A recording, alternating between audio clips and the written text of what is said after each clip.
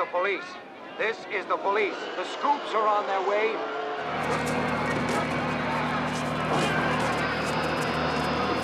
New York 2022. The mindless activities of humanity have led to environmental pollution and global warming, complicating life for mankind. The polluted atmosphere has destroyed nearly all natural wildlife, leaving people to fend for themselves. Natural foods are scarce, and people survive on concentrates produced by the large corporation, Soylent. Their latest product, Soylent Green, is made from plankton and promises to feed everyone. However, it is currently produced in insufficient quantities. New York Police Detective Frank Thorne lives with his old friend, former police analyst Solomon Sol Roth, who has an excellent memory and serves as a kind of archive for Thorne. Moreover, he has preserved a police reference library to help his friend with investigations. This day begins with a conversation about a recent murder. Sol grumbles that Thorne expects too much from his notes. This isn't the Congressional Archive. Meanwhile, the power goes out. Sol reminisces about the old days when food was real and electricity worked without interruption. But people ruin nature and now everything is dying. The man sits on a bicycle which generates energy for the apartment, while Thorne heads to work, stepping over the bodies of homeless people sleeping right on the staircase of his building. The streets are clogged with old cars that, due to a lack of fuel, now serve as homes for the poor or as venues for criminal meetings. In one of these cars, a young man named Gilbert receives a metal meat hook and instructions for an upcoming job from a criminal world representative. Meanwhile, in the apartment of the wealthy William Simonson, his girlfriend Shirley plays on a machine gifted to her. She is very pleased with a successful move and thanks her master when the security guard Fielding arrives to remind the girl that it's time to go. The couple heads to a store where the vendor sells them expensive products and shows them an item completely unattainable for ordinary people, a beef tenderloin. At this time, Gilbert uses the hook to infiltrate the residential complex for the privileged and ascends the Simonsons' apartment. Seeing the young man, the wealthy man remains completely calm, making no attempt to flee or call for security. Gilbert apologizes and explains that those who sent him can no longer rely on Simonson's silence. The wealthy man agrees with all his arguments and calmly confirms that what Gilbert is about to do is necessary for God. The young man raises the metal hook and strikes Simonson on the head. Sometime later, Thorne arrives at the deceased's home to investigate the case. He questions the caretaker, who assures him that the cameras malfunctioned, and leads the detective to the apartment where Shirley meets him. Ignoring her, Thorne examines the body of the deceased.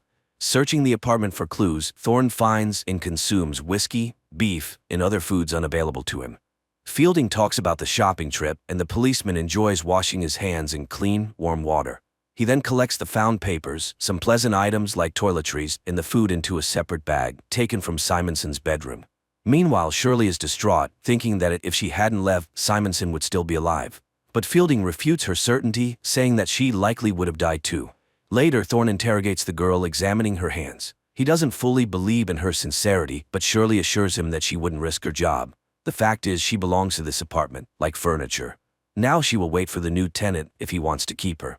At this time, Thorne is informed about the arrival of the sanitation crew. He orders them to take Simonson to the dump, but the crew reports that the wealthy man will be sent to the incineration plant. Shirley is saddened by this outcome, as she still remembers her grandmother's proper funeral.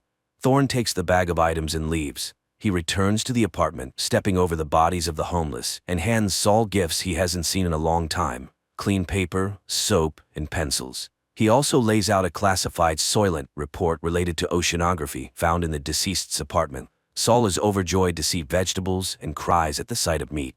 The next day, Thorne goes to work. His boss, Lieutenant Hatcher, is unhappy that the case is still unsolved, but the policeman is convinced that the murder was a contract killing. Nothing was stolen from the apartment, there was no security, and the killer used a meat hook instead of a weapon to simulate a simple robbery. Therefore, the first thing the detective decides to do is check the bodyguard, and after tracking the man, he finds his girlfriend, Marta's apartment. Thorne searches the place, notices a spoon on the table stained with strawberry jam, and concludes that this is too luxurious an item for the bodyguard's girlfriend. Returning home, he sits down for dinner, prepared by Sol from the products he brought the day before. The friends savor long-forgotten tastes, and then Sol gets to the report. Studying the books brought by Thorne, he learned about Simonson's biography and his longtime partner Santini, who now serves as the governor of New York. Together they created the Soylent project, which became very profitable for its developers. Thorne goes to the phone booth on the corner and reports to the lieutenant what he has learned, unaware that the person who gave Gilbert the meat hook is in his office. Meanwhile, a party is taking place in Simonson's apartment, organized by Shirley. Thorne arrives and demands answers to his questions. Shirley can't say anything specific, as Simonson didn't confide in her. However, she does know Santini. Simonson introduced her to him. In fact, Simonson had been acting strangely in recent months, worried and even visiting church. The couple retreats to the bedroom when the building manager bursts into the hall. He behaves very rudely with the girls, and Thorne declares that he asked them to gather to ask questions. The manager is forced to back off, but the upset girls leave. Shirley offers Thorne to stay the night, take a real bath, and enjoy breakfast. She doesn't like being alone and is happy with the man she likes, as the others don't ask her opinion. Thorne agrees to the invitation. The couple takes a shower together, enjoying amenities unavailable to ordinary mortals. Later, Thorne visits the church where the deceased wealthy man had gone. On the porch, he finds a dead woman with a child tied to her hand. Realizing that the mother can no longer care for her daughter, he takes the child and carries her into the church. But the building is crowded with people who have nowhere else to go. Finding the priest to whom Simonson confessed, Thorne tries to question him. However, exhausted by the huge, sick and hungry flock, the priest only remembers the fact of the wealthy man's confession, not its details. Yet, under pressure from the policeman, he admits that the truth is killing him. It's so monstrous. Thorne returns to the lieutenant, who informs him that the Simonson case is closed, as it's a simple robbery. He asks to rewrite the report, but Thorne refuses to do so, finding everything too suspicious. For refusing to obey, Hatcher assigns Thorne to patrol the streets. That same day, Governor Santini is informed about the persistent policeman who refuses to close the case. Learning about Thorne's visit to the priest, Santini orders his elimination. Fielding goes to confession. Meanwhile, Thorne is patrolling the street where the Soylent distribution center is located. A large crowd gathers, and soon the product runs out, causing discontent among the crowd. The police recognize the danger and try to quell the unrest. However, people start rioting. The killer sent after Thorne tries to get close to him as machines with scoops arrive to load people into the truck beds and take them for processing. The killer shoots but misses, killing a woman standing next to the policeman. The crowd goes wild. The killer tries to reach Thorne, injuring several rioters and wounding the policeman in the leg. Thorne tries to capture him, but seeing the weapon, pushes the guy. He flies straight under the scoop of a machine and dies, depriving the policeman of the opportunity to question him and learn the truth. Nevertheless, convinced of Fielding's involvement in the conspiracy against him, Thorne sets up an ambush in the bodyguard's girlfriend Marta's apartment. The men fight, during which Thorne accuses the bodyguard of killing his boss and implicating the corporation in the attack on the policeman. Finally, he warns the man to stop following him, otherwise it will end very badly. After this, Thorne goes to Shirley. At this time, Solomon brings the oceanographic report to a group of scientists who call themselves the Investigators Bureau. Shirley has just finished bandaging Thorne and offers to go somewhere, but he doesn't know where they could run. Everywhere it's the same: hunger and a dying earth. The girl is upset as the new tenant is arriving today, but the policeman is sure she will please him. Meanwhile, the scientists announce the results of their research to Saul, and it is truly horrifying. Simonson, being a member of the Soylent board, learned everything, and his psyche couldn't handle it. The corporation realized they couldn't rely on him. To prevent him from talking, they eliminated him. Now, before going to the Supreme Council, they need to gather evidence. Saul is so shocked by the discovery that he decides to go to the place where they will help him die. Meanwhile, a new owner moves into Simonson's apartment. He meets Shirley and finds her attractive. That evening, Saul goes to the place, notifying Thorne in a note. The policeman immediately rushes to his friend. Saul is just answering the manager's questions. His favorite color is orange, and his favorite music is classical. The man is escorted to a private room where two young people help the old man undress. He is laid on a couch, classical music begins to play, and scenes of nature that no longer exist. Vanished forests, extinct wild animals, lost rivers, and the beauty of the ocean appear on a huge screen. At this time, Thorne arrives at the house of the Lord, and they guide him to Saul's room, but the doors are already closed, and entering is impossible. The detective can only watch his friend's last moments through a viewing window. He watches the beautiful scenes with Saul, marveling at the lost beauty of nature. But Saul notices him and is happy to be able to say goodbye to his friend. Before dying, he tells him about his discovery and begs his friend to find the evidence and reveal the truth. After waiting for the end, Thorne follows the stretcher, carrying his friend's body. The man manages to sneak into the basement, where the bodies are loaded into large trucks, and he climbs onto one of them. Soon the truck arrives at the center for processing human bodies, and Thorne watches as the bags are unloaded and sent inside the factories. The man goes inside and soon finds a conveyor belt that lowers the bodies to a lower level. Thorne follows them, and after tracking the process, the man realizes that Soylent Green is made from processed human bodies. However, the guards spot him, and the policeman has to flee, killing several guards trying to detain him along the way. He soon reaches the city and tries to contact his precinct, but the line is busy. Then Thorne calls Shirley's apartment and asks the girl to stay with the new tenant and just live. Finally, Hatcher responds, annoyed by his subordinate's actions, but Thorne doesn't have time to say anything before he is attacked by the corporation's men, led by Fielding. The man fires back and runs to the church, though he is wounded. However, Fielding rushes after him. He searches for the policeman among the people filling the church, notices blood drops, and follows them, but Thorne attacks first.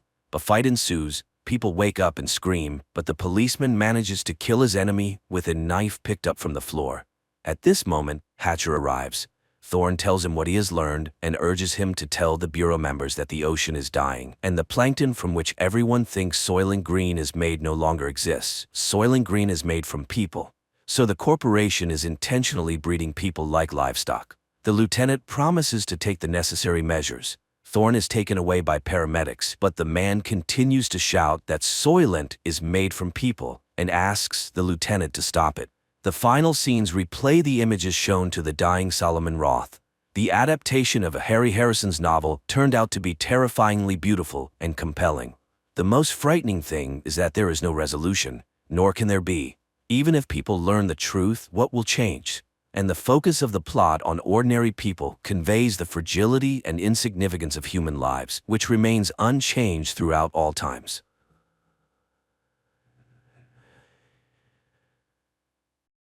The 1950s. Alice and Jack live in a typical American town. They hang out with friends, have fun, drive around, and love each other. One day, while Alice is getting ready for a party with friends, Jack goes to work with a crowd of other white-collars. A female voice narrates that today is the 997th day. All employees are on their way to headquarters,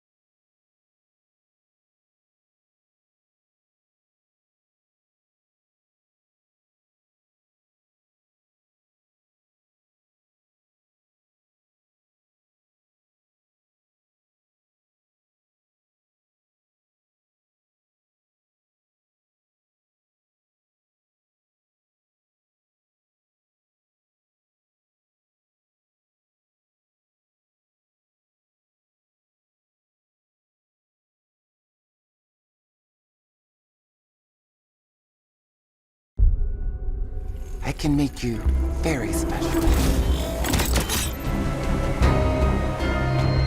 Hundreds of years ago, people completely exhausted the planet's resources, leading to a total degradation of the population. The best scientists took it upon themselves to save the dying world. A renewable energy source was found. However, the greatest danger remained humanity itself. Differences led to divisions between the best and the worst. It was then decided to improve humans as a species. On their 16th birthday, everyone undergoes a procedure that makes them physically perfect. No longer does anyone need to envy others or prove their superiority. Tally is one of those waiting for that day.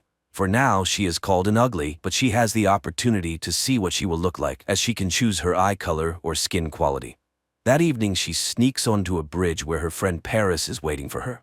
They watch a party in the City of the Beautiful, envying those who are already there. Paris is 3 months older than Tally, and tomorrow he will undergo the operation and move to the city. Tally will have to wait her turn, and she fears that Paris will forget about her. But he assures her that she will always be his squints, and he will always be her nose. He arranges to meet her in a month. The next day, the students gather in the main hall to greet those whose time has come. Dr. Cable talks about all the advantages of being beautiful and calls forward the future beauties. Paris says goodbye to Tally, and a girl named Shay, sitting next to her, notices this. In the evening, Tally returns to her room and remembers how she and Paris met when they arrived at school. He called himself Nose and she called herself Squints. One day the boy hurt his hand and the girl intentionally cut her palm. From that moment on, they shared a mark of ugliness, a scar on their palms, and the belief that they were perfect for each other. The next morning in class, Tally talks about the white tiger orchid, which supplies energy to the cities and decorates the fields. That evening, she undergoes the mandatory scan for her future transformation, where she chooses gold for her eye color and dreams of reuniting with Paris, from whom there has been no news. The day of the arranged meeting arrives. The girl sneaks onto the bridge, but Nose is not there. Tally decides to sneak into the City of Joy. She reaches the outskirts, where a party is in full swing. Suddenly, a mask falls from above, allowing its owner to change their clothing. Tally puts it on, selects a dress, and heads out to search for her friend in streets filled with lights, laughter, music, and celebration. Miraculously, she finds Paris, who barely recognizes her. Even the scar on his hand is gone, though he swore he wouldn't remove it. It turns out that after the transformation, an ugly person's life becomes entirely different, where an eternal friendship oath no longer matters. Tally removes the mask to remind him of herself, but immediately becomes an unwanted presence. She runs, grabbing a rescue vest on her way. Realizing she is about to be caught, Tally jumps from a skyscraper. The vest saves her, and she manages to reach the bridge, but she is pursued, and just as she is about to be caught, Shay arrives to rescue her on her hoverboard. The girls immediately feel a kindred spirit. Tally shows Shay how to sneak into the locked kitchen and tells her that her meeting with Paris left her disappointed.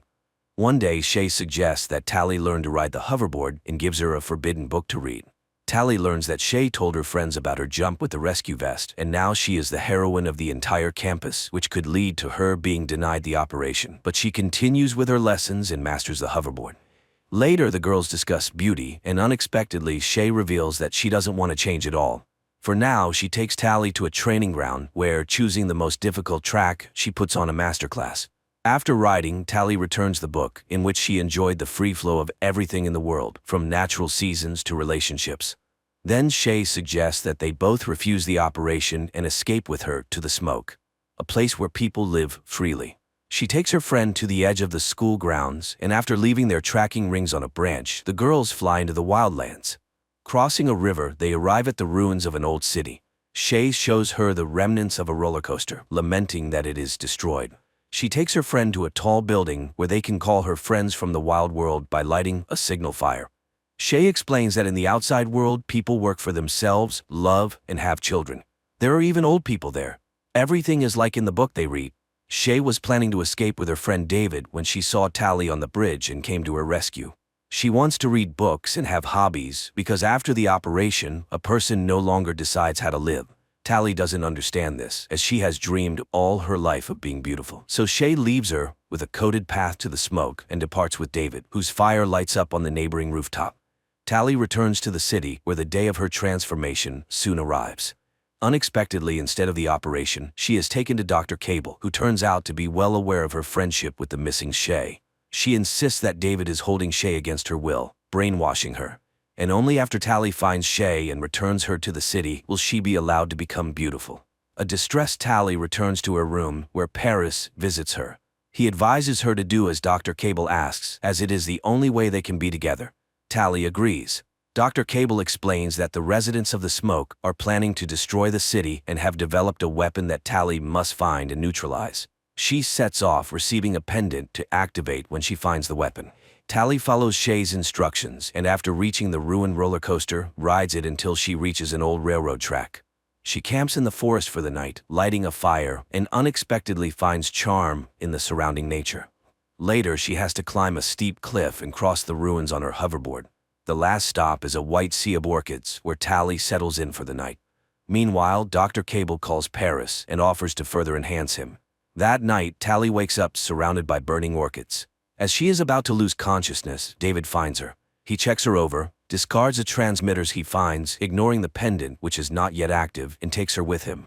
However, the tracker informs Dr. Cable that Tally is in the right place. In the morning, David brings Tally to the Smoke, where she reunites with Shay. However, the others find it strange that she managed to get there alone. Tally expresses her concern for Shay and believes she should return, but Shay has no intention of doing so and asks Tally to take a closer look at this way of life. The next day, Tally comes across a group of young people preparing for an expedition. It turns out that the fires are set by them because the orchids are toxic and drain nutrients from the soil, killing the planet. David offers her to join them and see the truth. The group flies on a mission aboard an ancient modified helicopter. From above, they see fields and forests destroyed by the orchids. Shay sets the plants on fire and a blaze erupts, suddenly revealing figures of people walking through the fire unharmed. Suddenly, the helicopter shakes and Shay falls down. Tally immediately jumps after her. She finds her friend and grabs her just as she sees a figure in a blue suit running towards them. But Tally grabs onto a rope thrown down from the helicopter and the two girls are pulled out of danger. Later, they discuss what happened, confused about how the city's scouts found them. Tally feels guilty and torn, as after getting to know the inhabitants of the Smoke better, she has started to think differently. Here, everyone works but doesn't use money, they just trade. The elderly aren't a burden because they contribute in their own way. Most importantly, the people have chosen to be here. They melt down old iron and make useful things. When Tally asks about weapons, Shay simply shrugs, saying, "Why would we need them?" Tally joins in the work, and even though it's hard, she enjoys the process. In the evening, everyone gathers around the campfires, where she is treated to natural foods. David tells the people that scouts have been spotted, meaning the city hasn't stopped pursuing them. While the Smoke believes in controlling nature, the city has perfected controlling people. By focusing on appearance, people stop reading, learning, dreaming, and choosing who they want to become. That's why they are ready to defend their freedom. The next day, David teaches Tally how to shoot a bow, noticing the calluses on her hands, and gives her his gloves as a gift. At that moment, the flamethrowers arrive, having encountered scouts again. However, these are not typical beauties, but very fast and strong guys. Later, Shay notices the gloves and explains that in this world, things are different from the city. If a guy cares for a girl, it means she's important to him, so Tally has to make a choice. One day, Tally asks David about the weapons. He takes her to his parents. They reveal that they used to be plastic surgeons. It turns out these operations are not as safe as people believe. There were even fatalities. While studying these cases, David's father noticed changes in the brain of the beautiful, realizing that after the procedures, people's thinking became clouded and they experienced a false sense of happiness. But only Cable realized the secret was uncovered and they were removed from their work and their research results were confiscated. It became clear that the brain was being intentionally damaged to control people. David's parents were lucky to find themselves in a community of dissenters where they were given a medicine that helped them stay sane. That's why they fled and dedicated the rest of their lives to creating a cure. But one of the main components remained in the city. The serum is the weapon, though it's not yet completed. Once they obtain what's missing, they will need to test it on a person, but only if that person agrees. That night, Tally reflects on everything she's learned, takes off the pendant, and throws it into the fire, not realizing that by doing so, she activates it. She tells David what happened, but he reassures her that she has chosen the right path. He tells her she is beautiful and kisses her. The next morning, the city attacks the Smoke. Men in blue suits trap the residents of the Smoke in nets and gather them in the square. Tally holds back David, and they watch the events unfold from a distance. Cable interrogates David's parents, and when she gets no answers, she orders Paris to kill David's father. He reaches out and with one swift movement, snaps the man's neck. David rushes out, and together with his mother, they cry over his father's body. Paris sees Tally but doesn't touch her, while Cable thanks her for her cooperation, revealing her true mission. As Shay expresses her disgust towards her, David's mother secretly slips a vial of the medicine into her son's pocket. Tally breaks free, runs to David's house, and sets it on fire. In the chaos, David escapes into the forest. Tally, shooting her pursuer with a bow, also runs while the townspeople burn down the settlement and take its residents away. Later, Tally finds David and tells him that she didn't know the whole truth, and the residents of the smoke paid the price. She is ready to help him get to the city and fix her mistake. She takes him to the school, introduces him to Shay's friends, and asks them for help. The young people start a rebellion, writing the words "Smoke Forever" above the city, diverting attention from the main goal. Taking advantage of this, Tally and David sneak into the laboratory, but to access the right level, the school ring is not enough. David takes it from a guard, and the pair find and free the residents of the smoke, but Shay has already been taken for the operation. Tally, David, and his mother rush after her, but it's too late. Shay has been turned into a beauty, and she really likes it. At that moment, Paris and Dr. Cable enter the laboratory, urging people to finally make a choice. All three step into the transformation booths, but just as the process begins, a helicopter flies overhead, and David's friend uses a flamethrower to melt the outer glass. The system collapses, Tally pulls Shay out, and while David's mother finds the necessary component for the medicine, they escape. The group makes it to the roof, where they are stopped by Paris.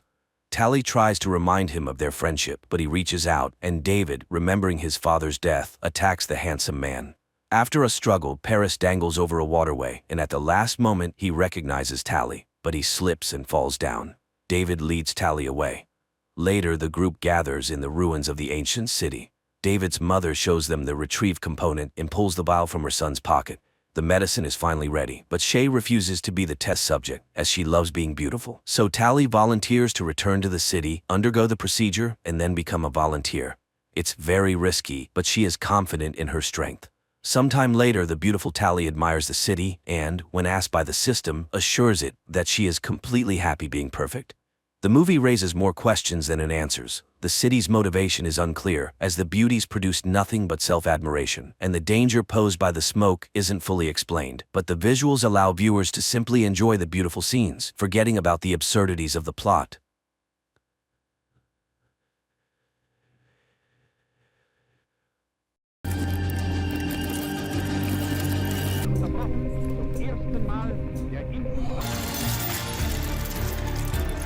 The movie begins in Leningrad in 1940.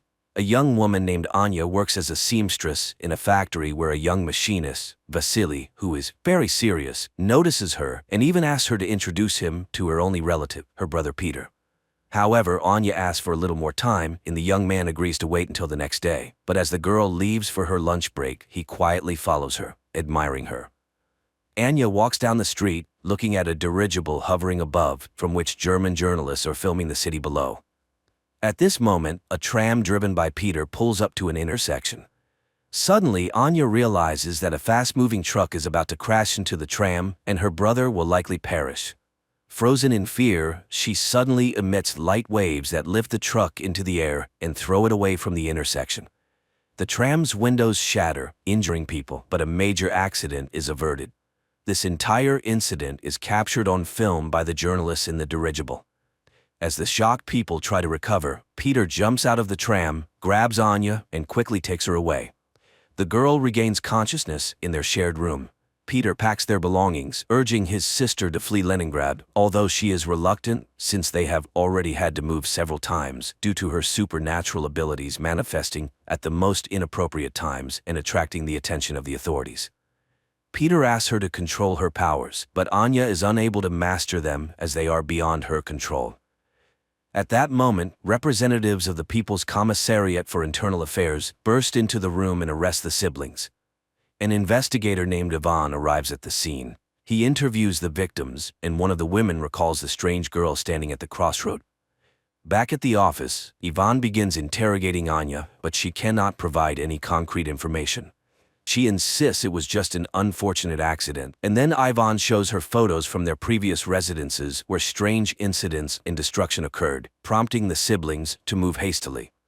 The investigator is willing to believe she is not a criminal, especially since he has also witnessed something very strange in his life. However, Ivan is unable to elaborate as his superior, Petrov, who turns out to be his father-in-law, takes Anya and leads her to the secret facilities managed by Professor Ilinsky.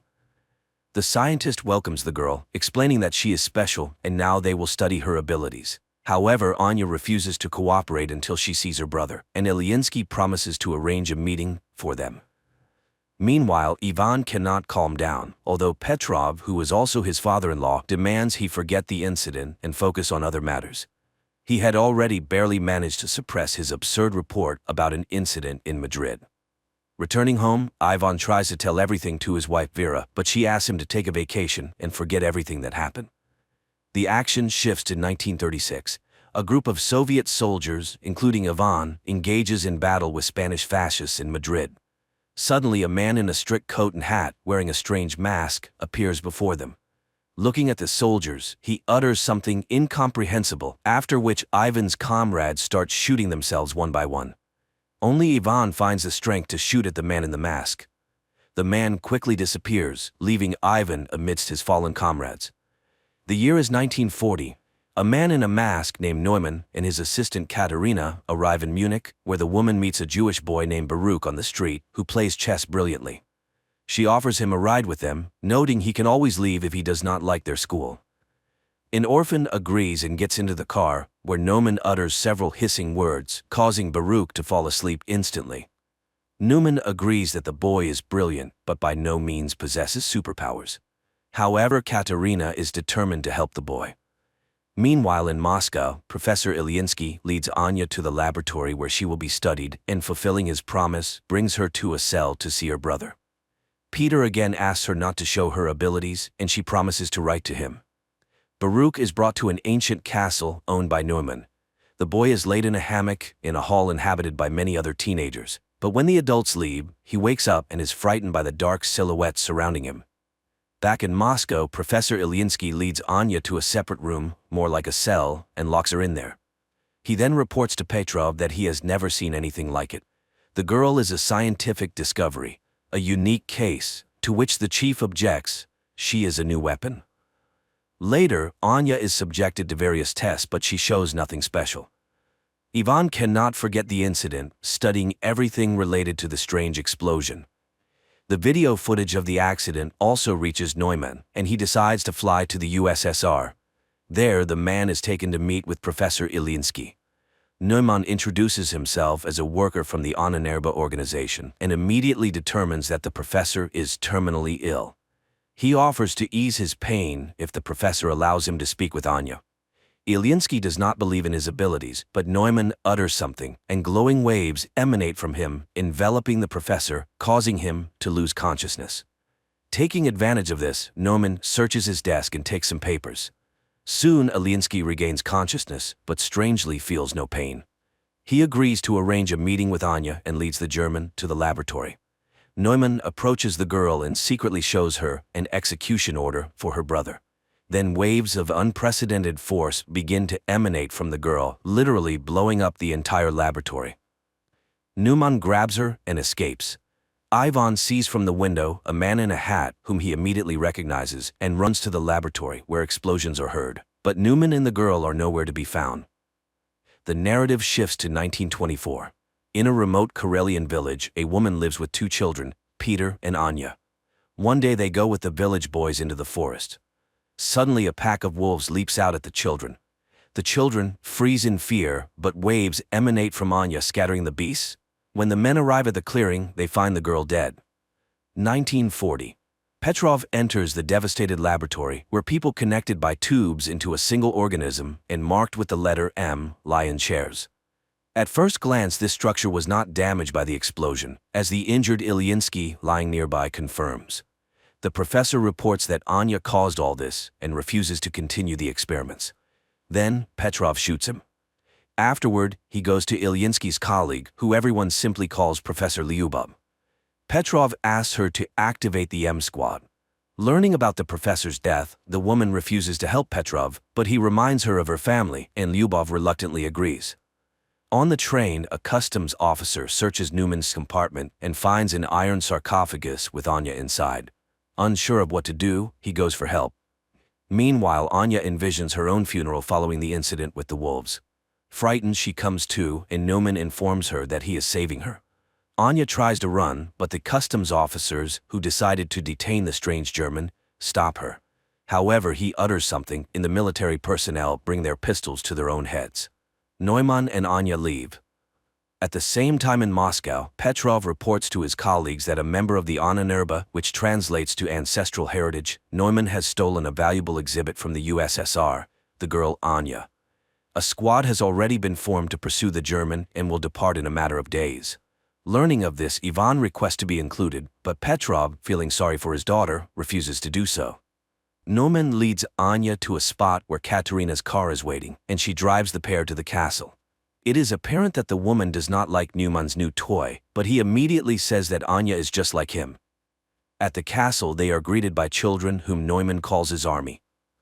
Anya is escorted to her room, and Neumann finds a guest in his office, Admiral Canaris, who is very interested in the scientist's research. But today he has come to express his displeasure with Neumann's sabotage in the USSR, as it could start a war. Neumann reassures him and invites him to a formal dinner. Meanwhile, Anya is startled by a sound and sees Baruch in her room, trying to open her window to escape the castle. But Katerina and Neumann appear and stop him. While Katerina takes the boy away, Neumann tries to convince Anya that the castle is a paradise, and no one wants to leave of their own volition.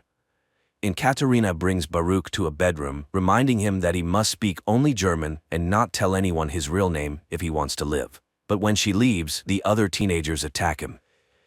In Moscow, Ivan asks his wife to help him get enrolled in the squad, after which he goes to Professor Lyubov. He is interested in whether hypnosis can make a person do what another wants.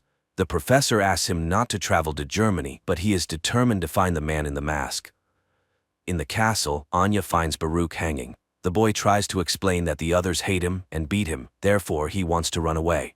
But Anya admits that it was the same for her until she became strong, and he can too. Later they find Neumann in the park, who promises Anya he will teach her to control her power. He explains that he inherited the castle from the person who adopted him, and now it serves as a refuge. He has set up Anya's room according to her taste and hopes she will like it here. Grateful, Anya sits down at the sewing machine, unexpectedly remembering how the villagers burned their house, calling her a witch. Then her brother saved her, though their mother died in the fire. Back in Moscow, Petrov enrolls Ivan in the squad and asks the commander to ensure that he does not return. Leningrad, 1937. Returning from Madrid, Ivan writes in his report everything he witnessed, but Petrov does not believe him, noting that if the soldiers shot themselves, they could be declared deserters. Tired of trying to convince the young man, Petrov takes him to Professor Lyubov. 1940. A special forces unit travels to Germany in a grain car. Ivan warns his comrades about Neumann's peculiarities, but it seems they don't quite believe him. At the castle, the children undergo daily training, while Anya enjoys the long-forgotten peace. In the morning, Katerina brings her a box with a new dress sent by Neumann for her to wear at his birthday party. The girl goes out to the hall where the children are preparing decorations for the evening, and then they head to training.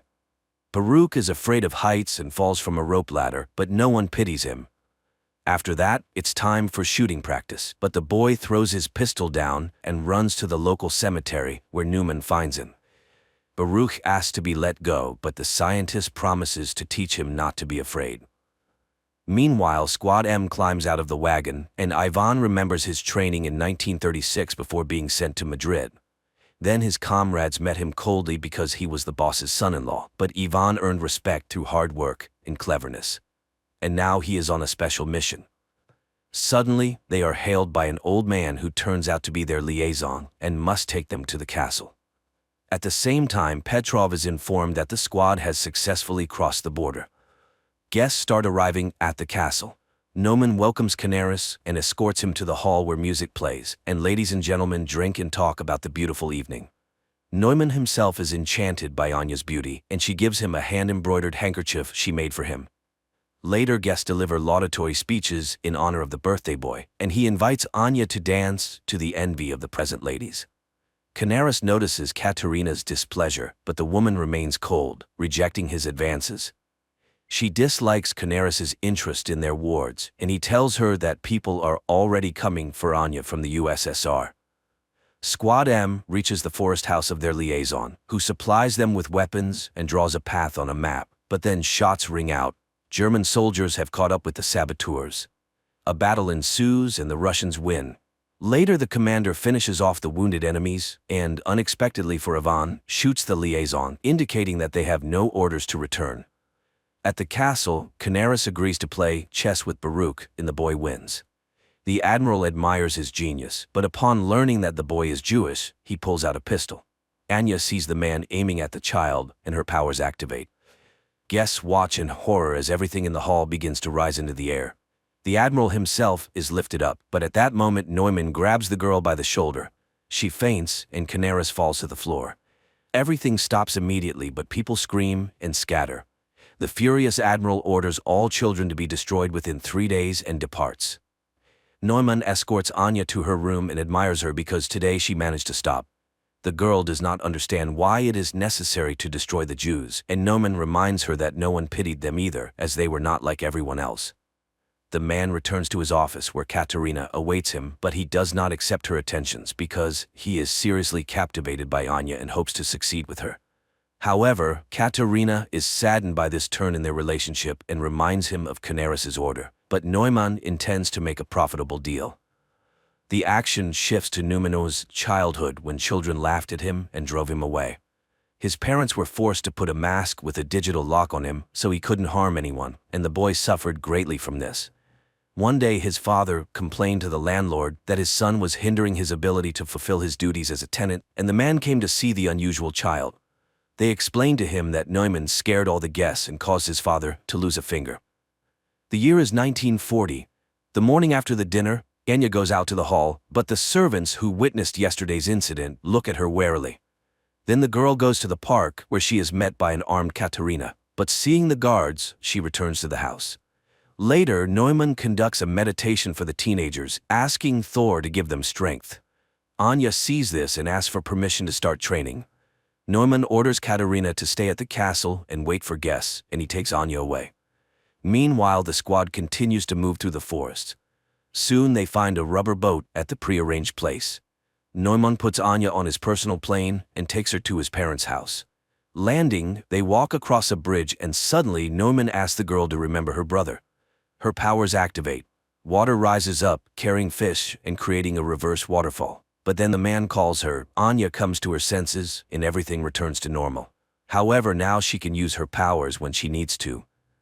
Soon they enter an old house and Neumann recalls how he was taken from his father's home. Lastly, his mother writes down the password to his mask on a piece of paper, and little Neumann leaves their lives forever. In the present, he tells that his father was a harsh and cruel man, often beating him and his mother, so he promised himself that his child would never be unhappy. The man remembers how his patron removed his mask and wanted to throw it away, but Neumann did not allow it. The man informed him that he would now take care of him, but he must trust him. Soon they arrived at the castle, where the patron confessed that every person has the right to be happy, and the boy lived for the first time like a normal child. But a year later, war came. His patron went away on business, and their home turned into a hospital. Neumann helped as best he could. Once he had to assist in the amputation of a leg. The soldier was in great pain, and then Neumann activated his powers and relieved the poor man of his suffering during the operation. Later he confessed to one of the nurses that he loved her. The adult woman laughed at the boy but said she loved him too. But one day he caught his nurse with one of the recovering soldiers, and in a fit of rage he made the soldier kill himself with a hammer. They caught him, gagged him, tied him up, and took him away from the castle. In 1940 he tells Anya that his parents died, so he is so happy to have found her. The girl lights candles in the fireplace, using her new powers, which delights Neumann. They drink wine and then become close. At night, Anya dreams where Baruch dies and wakes up terrified. She asks Neumann to return to the castle. Meanwhile, the squad reaches the river. One of the soldiers is wounded and runs out of strength. Then he takes his own life so as not to be a burden to his comrades. Only 3 remain, but they still row towards the castle. And there Katerina, who can't sleep, reminisces about the past when she helped her mother, who worked in a psychiatric hospital, where one day they brought in a tied-up boy named Neumann. She then freed him, and he promised never to harm her. The year is 1936, Leningrad. Petrov attends a lecture by Professor Ilyinsky where he discusses a significant discovery in the field of controlling human memory and emotions.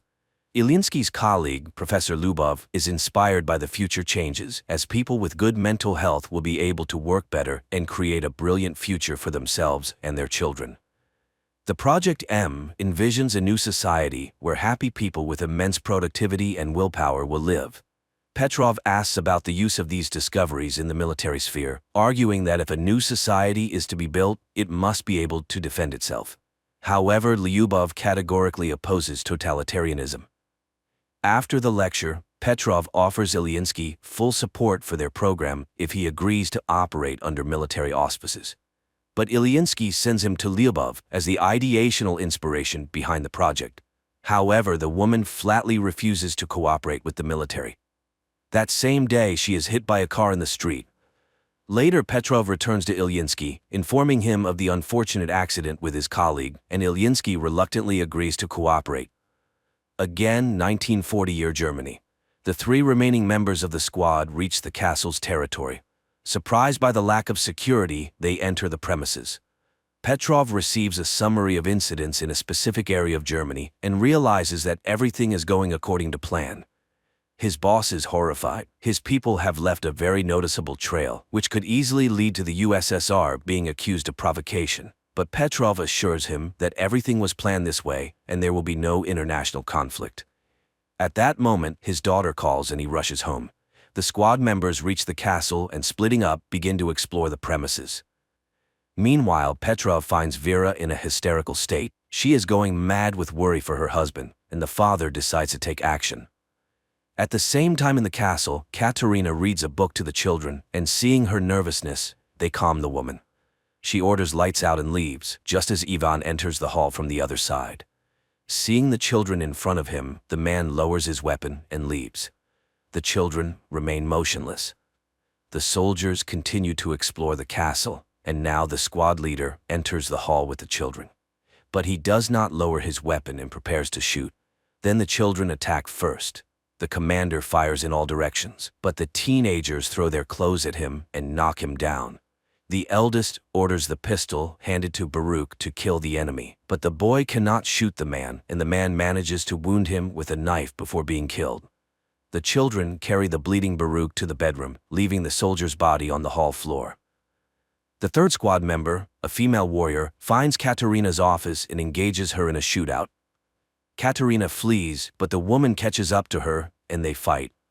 The woman is defeated when Katerina pushes her away. Seeing her opponent unconscious, the German grabs a pistol but doesn't manage to shoot because Ivan appears. Threatening him with a pistol, the woman captures him.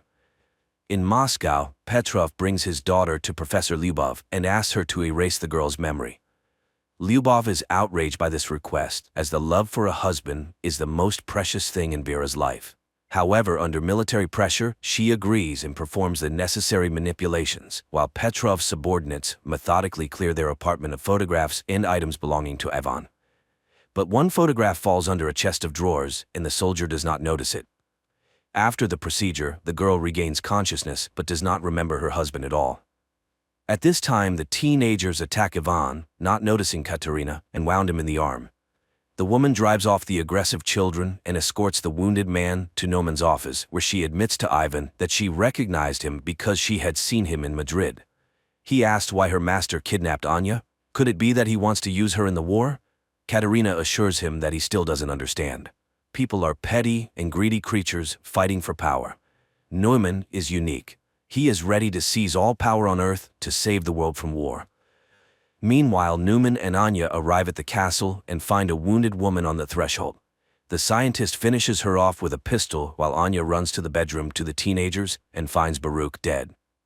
At this time, Ivan is bandaging himself while Katerina explains that they teach the children survival by developing their skills, because their destiny is to save the world under Neumann's leadership. The woman offers to help him escape if he will help her, but before Ivan can hear her out, Neumann enters the door. The Russian immediately picks up a pistol and takes the woman hostage. However, the German informs him that he does not care about her fate, which visibly upsets her. At that moment, Anya runs into the office and uses her power to knock Ivan off his feet. But when she recognizes the man, Neumann quickly takes her away, leaving the Russian with Katerina. In Moscow, Professor Lyubov mourns Ilyinsky when Petrov brings her folders with the names of the condemned, whom she can save by including them in Squad M. She remembers how after the accident, Ilyinsky came to her in the hospital. The man was shocked to learn that she had been mutilated by the military, but he was frightened and could not refuse to cooperate. Now the woman is alone and forced to make difficult decisions. She takes out a vial of M activator and recalls Ivan's story about the man in the mask. After his return from Madrid, she worked with his memory, suggesting removing the traumatic memories of his comrades' deaths, but Ivan refused to erase his life. And now the young man is chained in a cell in the castle of the man in the mask. Later Anya visits him, accusing him of killing Baruch, but the boy denies it, and he is not particularly interested in her fate. He only wants to destroy Neumann because all evil comes from him. He hypnotizes children, turning them into killers. Their conversation is interrupted by Naumann's appearance. After sending Anya away, he thanks the young man for revealing his vulnerability, as he is the only one who could stand up to him. To prove it, the scientist shows the finger shot off by Ivan in Madrid. He too is special, and Neumann really wants the Russian to join his side. Yes, he killed his friends, but it was war. He came to Ananurba to find gifted people. Anya is like him, and they are the future. He asks Ivan to admit why he is immune to his hypnosis. Then Ivan reveals that there is a whole squad like him, Squad M. There are many of them, and they will all be here soon. So Neumann cannot hide. After talking with Ivan, Neumann finds Anya in the castle's backyard. The girl asks him to hand over all affairs to Katerina and to leave this place forever. But Neumann does not want to run because they are extraordinary people, and when they are together they are unbeatable. He asks for her help in defending their new home. Later he thanks Katerina for managing the situation and confesses that he is glad she was not hurt during the Russian raid.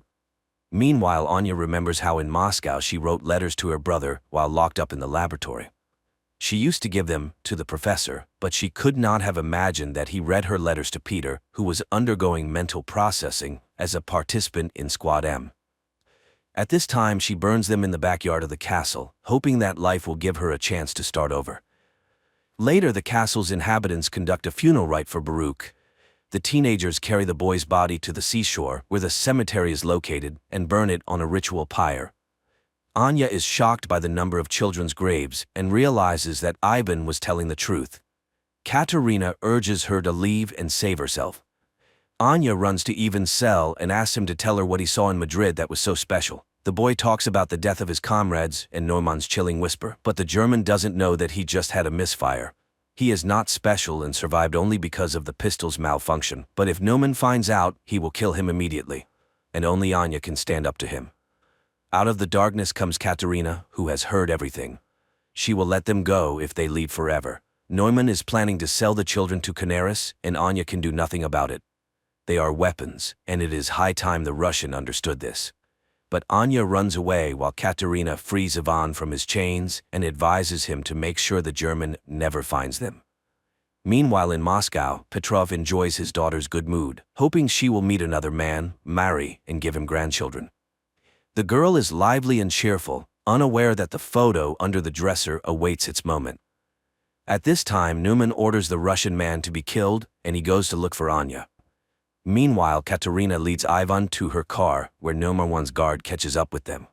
He engages in a fight with the Russian, and when he is about to kill him, Katerina attacks the guard. The guard is much stronger, and Katerina has to shoot. The teenagers hear the sound and run into the courtyard while Katerina puts Ivan in the car and drives him away from the estate.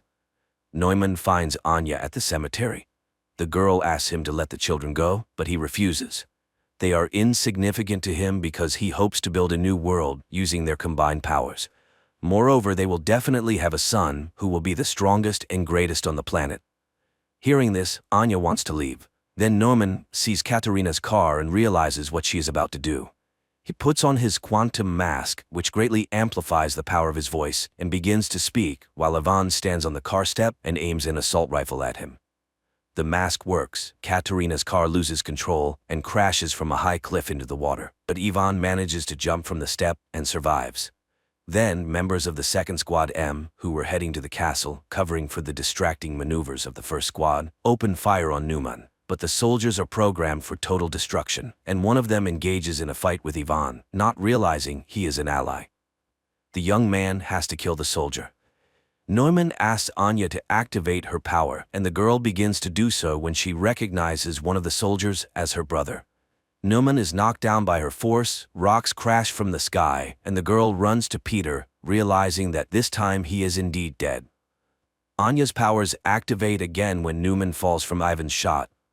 The girl mourns her brother as teenagers appear on the road.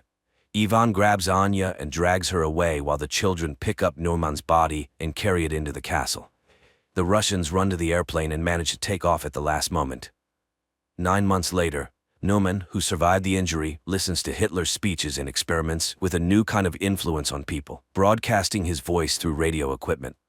Meanwhile, in Anya's native village, a bearded Ivan arrives from the woods as his woman is about to give birth. Pregnant Anya is dragged into the village where women come to help. As the birth proceeds, an announcement about the start of the war with Germany is broadcast from the speakers. Later, surrounded by streams of power, Anya gives birth to a healthy baby boy. Neumann is immediately informed by a fortune-telling girl. Then one of the villagers recognizes Anya and hurries to tell his fellow villagers whom they have just helped. But Ivan stops him when bombers appear in the sky, from which a large number of paratroopers descend.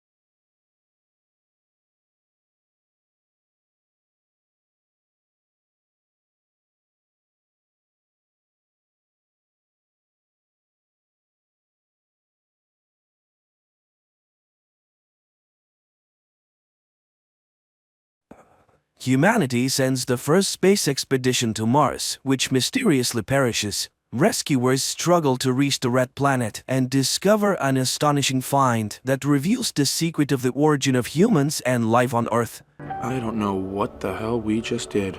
A party is held at the house of astronaut Luke Graham in honor of his departure to Mars. Families of his friends and colleagues gather, and the man says goodbye to those staying behind, including his friend Jim McConnell, who had long been preparing for this flight but had to leave the project due to his wife's illness. The friends wish Luke a safe flight and remember the deceased woman. She would have been happy that the mission takes place. In 2020, the first manned expedition arrives on the red planet. Soon people discover a strange white formation near the base in the Cydonia region, which they suspect is the extrusion of a layer of water which will be useful for future human colonization. Transmitting the news of the find to the command center aboard the International Space Station, 4 crew members head to the location of the formation for further research. Arriving on site, people see a tall mountain which radar identifies as metallic. Then the astronauts begin to hear a strange low sound, but they think is just interference from their Mars rover. And when they increase the power of their equipment, the sand beneath their feet starts to move. At first, this doesn't cause much concern. The astronauts stay in place, examining the mountain, above which a sand whirlwind is growing. But soon it begins to behave like a sentient being, seemingly examining the newcomers and then attacking them, killing 3 astronauts within seconds, and then emitting a powerful electromagnetic pulse, destroying most of the working electronics aboard the ship. After the whirlwind subsides, a huge human face carved out of dense material appears from under the layer of sand. The space station receives an unintelligible message from Luke, but they do not understand what happened and whether Luke is alive. The leadership realizes that the rescue expedition needs to be organized, but how this can be done technically is unclear. Then Jim proposes a solution to the problem, as he had developed plans for evacuation from Mars. The station commander agrees to consider it but opposes Jim's participation in the expedition because the man refused to undergo tests and left the project. Woody Blake insists on including his friend in the crew, as his refusal to go on the first flight was for a good reason. He was very worried about his wife. Moreover, it was he and his wife who studied and designed the flight to Mars. So Jim knows more about this planet than everyone else, which will undoubtedly help in the rescue mission. Hearing his arguments, the commander agrees, and the rescue ship with a team of 4 people heads to Mars. In addition to Woody and Jim, the crew includes specialist Terry Fisher, Woody's wife, and Phil Ohlmeyer. Along the way, Jim kindly envies the love between Woody and Terry, observing how tenderly they treat each other. Soon, the surface of Mars becomes visible from the ship, and people note that the expedition camp is intact, and even see 3 burial mounds next to the building. It is unclear what happened to Luke. Maybe there was simply no one to bury him. Soon, a magnetic storm covers the planet, and the astronauts can no longer see anything. Command gives permission to land. Woody goes to share the news with Jim and catches him watching a family movie from which it becomes clear that his wife was also an astronaut, and together with her husband, they dreamed of flying to Mars. The ship is preparing to enter orbit around the red planet, but then a swarm of micrometeorites appears in its path, and one of the meteorites punctures the hull, injuring Phil's arm. The station begins to lose air, and Woody goes into open space to find and fix the breach. However, the breach is so small that it cannot be visually detected, and then Terry squeezes out juice which floats to the hole and seeps through it, indicating the breach. However, the crew does not notice another breach in the fuel line of one of the main engines. When the engine ignites, the fuel displaced into space explodes, destroying the ship. The crew has no choice but to quickly don their spacesuits and venture out into open space, hoping to maneuver to the supply module left in orbit from the first expedition. They find the module, but it is moving on a lower orbit than theirs, and too fast. Woody uses up all the fuel in his rocket pack to reach the module and secures a rope to it. However, he fails to stop his own flight and continues to fall towards Mars. Terry, wanting to save her husband, detaches her rope and goes after him. But Woody, realizing that if she continues to try to save him, she will face certain death, removes his helmet and perishes. Crying, Terry watches her husband's body fall to the planet and then returns to the others. The three astronauts land on the planet using the module. Although the module itself will not be able to take off again, the rescuers brought with them new motherboards for the first expedition ship, replacing the burnt-out ones. Upon arriving at the base of the first expedition, they explore it, but find no one. Although the living quarters are completely intact, Jim goes to the greenhouse and is amazed that all the plants are doing well, everything is functioning and working. The astronaut removes his helmet, and in the reflection on the water, he sees Luke with an axe attacking him, not believing that this is a real person, not a vision. The man is seized, and only then does he begin to believe that they have come for him. The astronauts understand that Luke is not entirely mentally stable, as he has spent more than a year on Mars in complete isolation from the world. After recovering from the sandstorm attack, he buried the deceased and began studying the strange structure. He shows the rescue team the video recording of the discovery that cost his crew members their lives, and people are astonished, realizing that they are looking at the face of a humanoid. He then demonstrates his most important find, a recording of the sound he heard near the formation. After several months of analyzing the sound, he understood that it represents a diagram of human DNA on a rectangular coordinate system in space. Someone left it here as their signature. But later, remembering how Phil created the DNA of his ideal lover from candy, Jim realizes that this is not a signature. In reality, it is a peculiar test left by the creators instead of a lock guarding the entrance to somewhere. It turns out that the first expedition perished because they answered incorrectly. Instead of complementing the DNA proving that they were humans, the astronauts directed radar at the face. Since the answer was wrong, the structure's security system, the sandstorm, destroyed the intruders. The team heads to the Sphinx, but first they send a robot and transmit a signal with the supplemented DNA through it. A bright light shines from an entrance that appears in the face. Everyone except Phil, who stays behind to fix the ship, goes to the face. Jim gives Phil the order to take off at a precisely determined time, even if they don't return. Then the people enter a white room, the door closes, and the astronauts lose contact with the ship. Soon the room fills with Earth's atmosphere, and the people remove their helmets. Immediately behind them, another airlock opens, and upon passing through it, the astronauts find themselves in a dark room where they see a massive three-dimensional projection of the solar system. Then a hologram of a Martian appears, silently explaining to the people that in the distant past, a massive asteroid struck Mars, destroying the planet's ecosystem, which strongly resembled the Earth's. The Martians had to evacuate their race to other star systems, but they also sent a ship from Mars to neighboring Earth, containing the seeds of future life.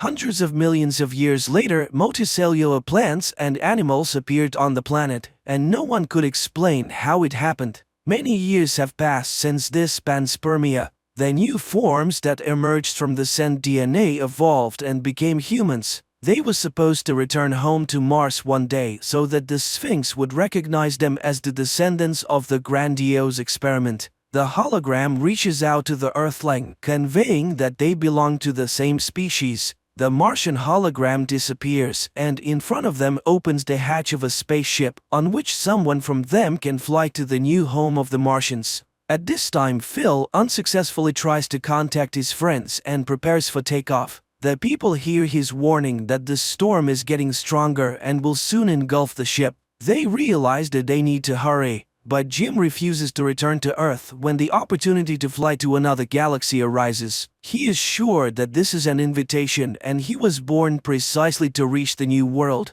Jim says goodbye to his friends. Terry gives him a small rocket pendant to remember, which once belonged to Woody, and the astronauts leave. Meanwhile, Phil repeats the call, but not receiving an answer, he hesitates to press the launch button. And Jim enters a light elevator that lifts him onto the Martian ship. The two remaining astronauts barely make it back to the ship due to the sandstorm, and only because Phil, contrary to the order, delays the takeoff. Meanwhile, Jim steps onto a circle that appears before him and suddenly realizes that he can't move as water rises around him. The man braces himself for drowning and holds his breath, but then he takes a breath and starts breathing underwater. He smiles, understanding that this is a new form of life. Images of his past life flash before his eyes, and the man seems to say goodbye to everyone once again. His crew, having taken off, watches through the porthole as the Martian ship with Jim on board flies away at high speed toward a distant galaxy and wishes him a safe journey. This good, kind-hearted science fiction film that was shot many years ago does not stand out for its dynamic plot, but despite numerous scientific inaccuracies, it is interesting to watch and keeps the tension until the last seconds.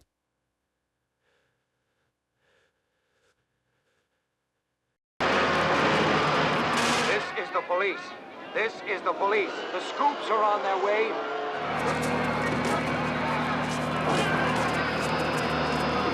New York, 2022. The mindless activities of humanity have led to environmental pollution and global warming, complicating life for mankind. The polluted atmosphere has destroyed nearly all natural wildlife, leaving people to fend for themselves. Natural foods are scarce, and people survive on concentrates produced by the large corporation, Soylent. Their latest product, Soylent Green, is made from plankton and promises to feed everyone. However, it is currently produced in insufficient quantities. New York police detective Frank Thorne lives with his old friend, former police analyst Solomon Sol Roth, who has an excellent memory and serves as a kind of archive for Thorne. Moreover, he has preserved a police reference library to help his friend with investigations. This day begins with a conversation about a recent murder. Sol grumbles that Thorne expects too much from his notes. This isn't the Congressional Archive. Meanwhile, the power goes out. Sol reminisces about the old days when food was real and electricity worked without interruption. But people ruin nature, and now everything is dying. The man sits on a bicycle which generates energy for the apartment, while Thorne heads to work, stepping over the bodies of homeless people sleeping right on the staircase of his building. The streets are clogged with old cars that, due to a lack of fuel, now serve as homes for the poor or as venues for criminal meetings. In one of these cars, a young man named Gilbert receives a metal meat hook and instructions for an upcoming job from a criminal world representative. Meanwhile, in the apartment of the wealthy William Simonson, his girlfriend Shirley plays on a machine gifted to her. She is very pleased with a successful move and thanks her master when the security guard Fielding arrives to remind the girl that it's time to go. The couple heads to a store where the vendor sells them expensive products and shows them an item completely unattainable for ordinary people, a beef tenderloin. At this time, Gilbert uses the hook to infiltrate the residential complex for the privileged and ascends the Simonsons' apartment. Seeing the young man, the wealthy man remains completely calm, making no attempt to flee or call for security. Gilbert apologizes and explains that those who sent him can no longer rely on Simonson's silence. The wealthy man agrees with all his arguments and calmly confirms that what Gilbert is about to do is necessary for God. The young man raises the metal hook and strikes Simonson on the head. Sometime later, Thorne arrives at the deceased's home to investigate the case. He questions the caretaker, who assures him that the cameras malfunctioned, and leads the detective to the apartment, where Shirley meets him. Ignoring her, Thorne examines the body of the deceased. Searching the apartment for clues, Thorne finds and consumes whiskey, beef, and other foods unavailable to him. Fielding talks about the shopping trip, and the policeman enjoys washing his hands in clean, warm water. He then collects the found papers, some pleasant items like toiletries, and the food into a separate bag, taken from Simonson's bedroom. Meanwhile, Shirley is distraught, thinking that if she hadn't left, Simonson would still be alive. But Fielding refutes her certainty, saying that she likely would have died too. Later, Thorne interrogates the girl, examining her hands. He doesn't fully believe in her sincerity, but Shirley assures him that she wouldn't risk her job. The fact is, she belongs to this apartment, like furniture. Now she will wait for the new tenant if he wants to keep her. At this time, Thorne is informed about the arrival of the sanitation crew. He orders them to take Simonson to the dump, but the crew reports that the wealthy man will be sent to the incineration plant. Shirley is saddened by this outcome, as she still remembers her grandmother's proper funeral. Thorne takes the bag of items and leaves. He returns to the apartment, stepping over the bodies of the homeless, and hands Sol gifts he hasn't seen in a long time: clean paper, soap, and pencils. He also lays out a classified Soylent report related to oceanography found in the deceased's apartment. Sol is overjoyed to see vegetables and cries at the sight of meat. The next day, Thorne goes to work. His boss, Lieutenant Hatcher, is unhappy that the case is still unsolved, but the policeman is convinced that the murder was a contract killing. Nothing was stolen from the apartment, there was no security, and the killer used a meat hook instead of a weapon to simulate a simple robbery. Therefore, the first thing the detective decides to do is check the bodyguard, and after tracking the man, he finds his girlfriend, Marta's apartment. Thorne searches the place, notices a spoon on the table stained with strawberry jam, and concludes that this is too luxurious an item for the bodyguard's girlfriend. Returning home, he sits down for dinner, prepared by Saul from the products he brought the day before. The friends savor long-forgotten tastes, and then Saul gets to the report. Studying the books brought by Thorne, he learned about Simonson's biography and his longtime partner Santini, who now serves as the governor of New York. Together they created the Soylent Project, which became very profitable for its developers. Thorne goes to the phone booth on the corner and reports to the lieutenant what he has learned, unaware that the person who gave Gilbert the meat hook is in his office. Meanwhile, a party is taking place in Simonson's apartment, organized by Shirley. Thorne arrives and demands answers to his questions. Shirley can't say anything specific, as Simonson didn't confide in her. However, she does know Santini. Simonson introduced her to him. In fact, Simonson had been acting strangely in recent months, worried and even visiting church. The couple retreats to the bedroom when the building manager bursts into the hall. He behaves very rudely with the girls, and Thorne declares that he asked them to gather to ask questions.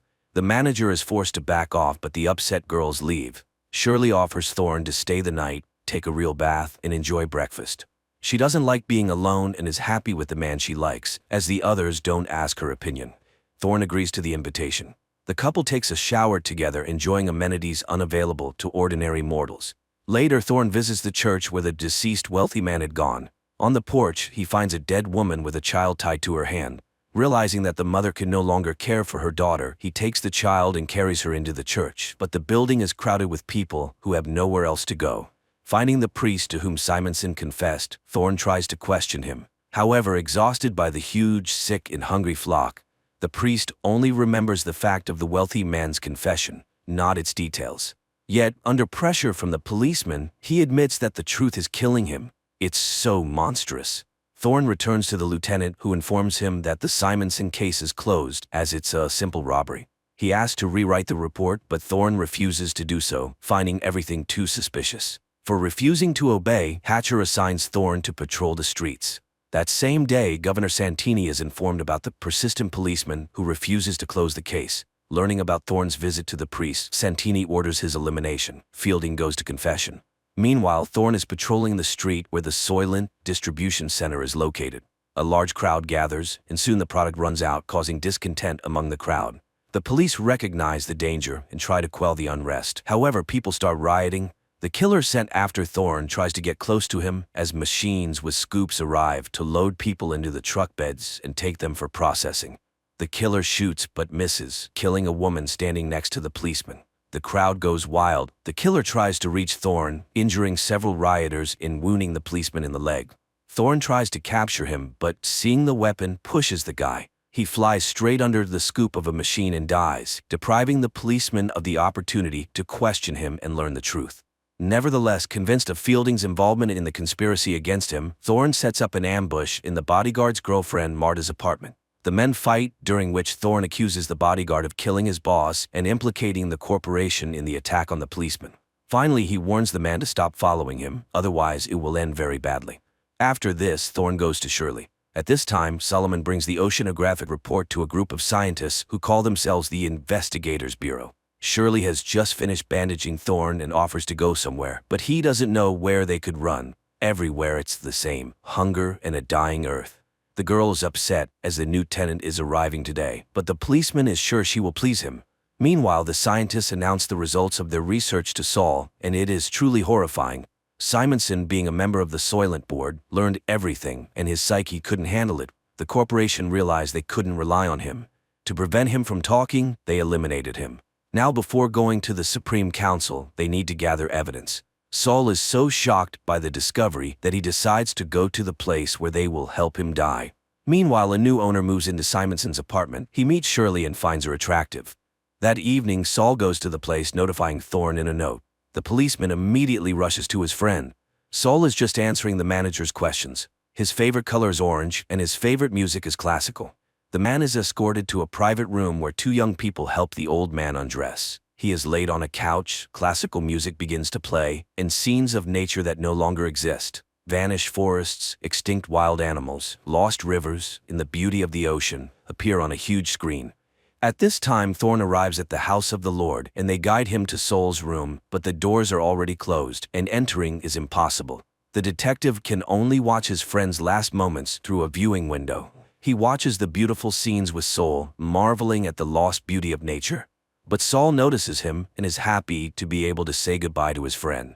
Before dying, he tells him about his discovery and begs his friend to find the evidence and reveal the truth. After waiting for the end, Thorn follows the stretcher, carrying his friend's body. The man manages to sneak into the basement, where the bodies are loaded into large trucks, and he climbs onto one of them. Soon the truck arrives at the center for processing human bodies, and Thorn watches as the bags are unloaded and sent inside the factories. The man goes inside and soon finds a conveyor belt that lowers the bodies to a lower level. Thorn follows them, and after tracking the process, the man realizes that Soylent Green is made from processed human bodies. However, the guards spot him, and the policeman has to flee, killing several guards trying to detain him along the way. He soon reaches the city and tries to contact his precinct, but the line is busy. Then Thorn calls Shirley's apartment and asks the girl to stay with the new tenant and just live. Finally, Hatcher responds, annoyed by his subordinate's actions, but Thorn doesn't have time to say anything before he is attacked by the corporation's men, led by Fielding. The man fires back and runs to the church, though he is wounded. However, Fielding rushes after him. He searches for the policeman among the people filling the church, notices blood drops, and follows them, but Thorn attacks first. A fight ensues, people wake up and scream, but the policeman manages to kill his enemy with a knife picked up from the floor. At this moment, Hatcher arrives. Thorn tells him what he has learned and urges him to tell the Bureau members that the ocean is dying, and the plankton from which everyone thinks Soylent Green is made no longer exists. Soylent Green is made from people. So the corporation is intentionally breeding people like livestock. The lieutenant promises to take the necessary measures. Thorn is taken away by paramedics, but the man continues to shout that Soylent is made from people and asks the lieutenant to stop it. The final scenes replay the images shown to the dying Solomon Roth. The adaptation of Harry Harrison's novel turned out to be terrifyingly beautiful and compelling. The most frightening thing is that there is no resolution, nor can there be. Even if people learn the truth, what will change? And the focus of the plot on ordinary people conveys the fragility and insignificance of human lives, which remains unchanged throughout all times.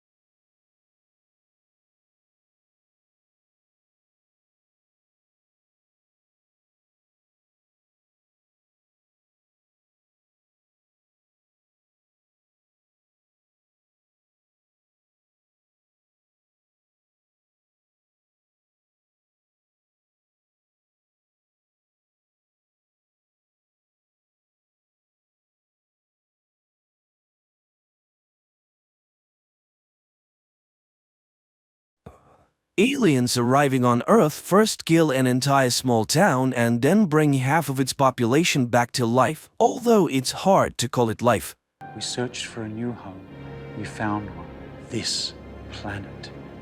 Somewhere in Pennsylvania, in the small town of Berridge, a family sits down for dinner. Suddenly there is a loud bang outside, the lights go out and people briefly come to their senses before dying. Later on, exobiologist Lawrence Stone hears news reports on TV about a powerful explosion in Berridge that killed the entire population of the town, 1,300 people. The air in the settlement is poisoned by some toxic substance, and the theory that the explosion occurred at the local chemical plant becomes increasingly popular. Lauren takes a bath and remembers herself, her father, and a field she used to run through. Her memories are interrupted by the arrival of the military, although Lauren does not quite understand how she can help with the investigation. Colonel Emmerich introduces her to astrobiologist Santiago. Geologists confirmed that the accident was the result of a meteorite impact which released a deadly gas. That's why they were invited to the crash site. The military will be grateful for any evidence they find that can shed light on the nature of the incident. Emmerich assures Lauren that he chose her because he read her work, but asks her to take an alcohol test. Scientists are dressed in protective suits and taken to the meteorite crash site. On the way, Santiago praises her book on microbiology in Antarctica and signs of extraterrestrial life, but the woman doesn't engage in conversation. Arriving at the site, the pair only sees a snowy field and a small pile of ground. While Santiago inspects the area, Lauren notices a small sprout of some red plant and pities it for growing in such a terrible place. Upon arriving home, Lauren begins to search for similar cases and finds mention of a similar incident. In 2013, a meteorite exploded over the city of Chelyabinsk in Russia, and an interview with the local resident was filmed by American television. She recounted that after the meteorite fell, a poisonous gas spread throughout the area, causing many people to die. It was also said that a very large tree grew at the site of the impact, around which all living things died. The tree was cut down and information about the incident was kept secret. In the postscript to the interview, journalists reported that the woman was killed almost immediately after it. The next day, doctors begin to perform an autopsy on the man who died in Berridge, and at first everything looks completely normal. But when the doctor makes an incision, a strange blue liquid begins to seep out, which then returns to the body after a short time and the wound heals. But even more surprising is the resurrection of the man who suddenly sits up on the table and silently looks down, not reacting to the voices of those around him.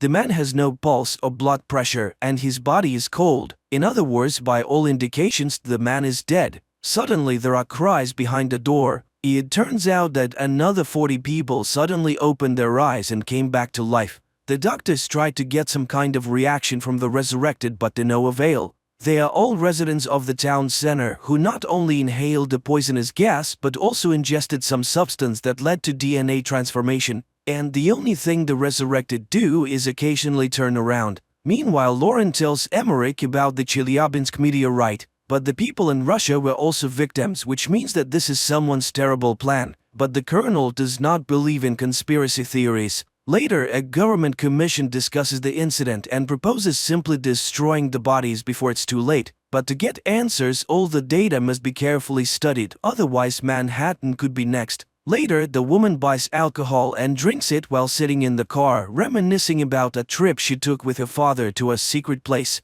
The next day, Lauren goes to a room where the revived people are sitting and, selecting a girl, tells her about a book her mother used to read to her when she was a child, who has long since passed away. At that moment, her phone rings and a photo of the red plant from the scene of the incident appears on the screen, and the girl suddenly grabs Lauren's hand. The woman tells her colleagues about this and suggests that the plant is to blame.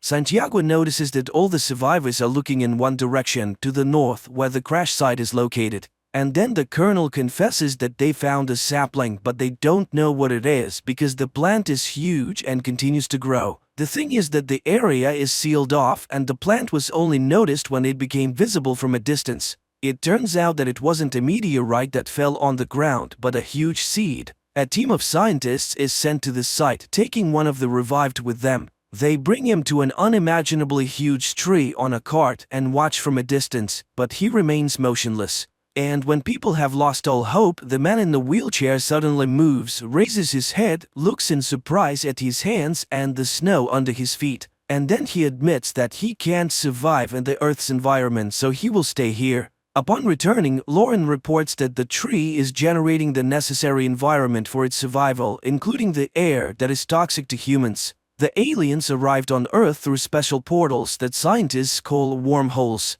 She is bombarded with questions, revealing that she has had problems with alcohol and prohibited substances. Later, a psychotherapist calls her answering machine, who was waiting for her at the session as part of his sentence. They were supposed to discuss her childhood memories that are haunting her, but she didn't show up. At that moment, her father shows up at the door, but Lauren is not pleased to see him. He tries to start the conversation and recalls how on her 8th birthday she asked for a scientific laboratory and they gave her an old barn. However, her obsession with space spiraled out of control and her mother became worried. Sometime later, the colonel summons Lauren again. The alien wants to speak, but only with her, as he sees her as a friend. They have prepared a list of questions and ask her to find out where they came from and why they came. The alien explains that their home is no longer suitable for their species. They were searching for a new home and found it using coordinates received from a human with the call sign Supernova 94.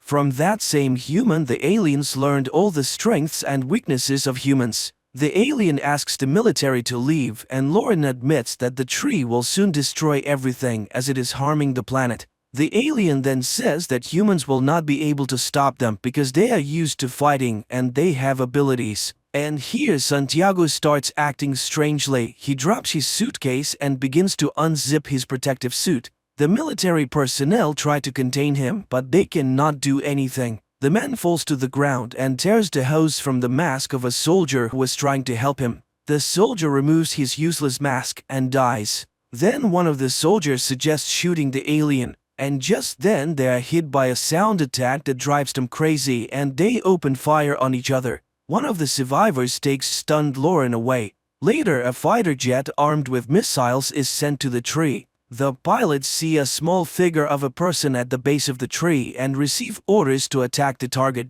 But suddenly an impenetrable dome covers the tree. The missiles explode, causing no harm to the tree. Meanwhile, the news reports that the FBI is searching for a person with the nickname Supernova 94 who seems to be responsible for the expansion. People around the world tell stories about strange sounds that occasionally come from unknown sources. In some places, smoke emerges from the ground, killing all living things. People pray day and night, and martial law has been imposed in many countries. The earth trembles, crops die, and vegetables rot in the ground. One day, Lauren goes to her father's house, but first she approaches the locked barn, which has a sign that reads Lauren's laboratory. But after looking at the house, she walks away and heads towards the tree. For many years, she has been tormented by the question of who or what she is. The end of the world is approaching, but she feels relief, as if she will finally live freely. And she plans to find the truth right here. She meets the alien who tells her that the tree is undergoing transformation. Feeling the tremble under her feet, Lauren lies down on the ground and listens to the hum of the planet.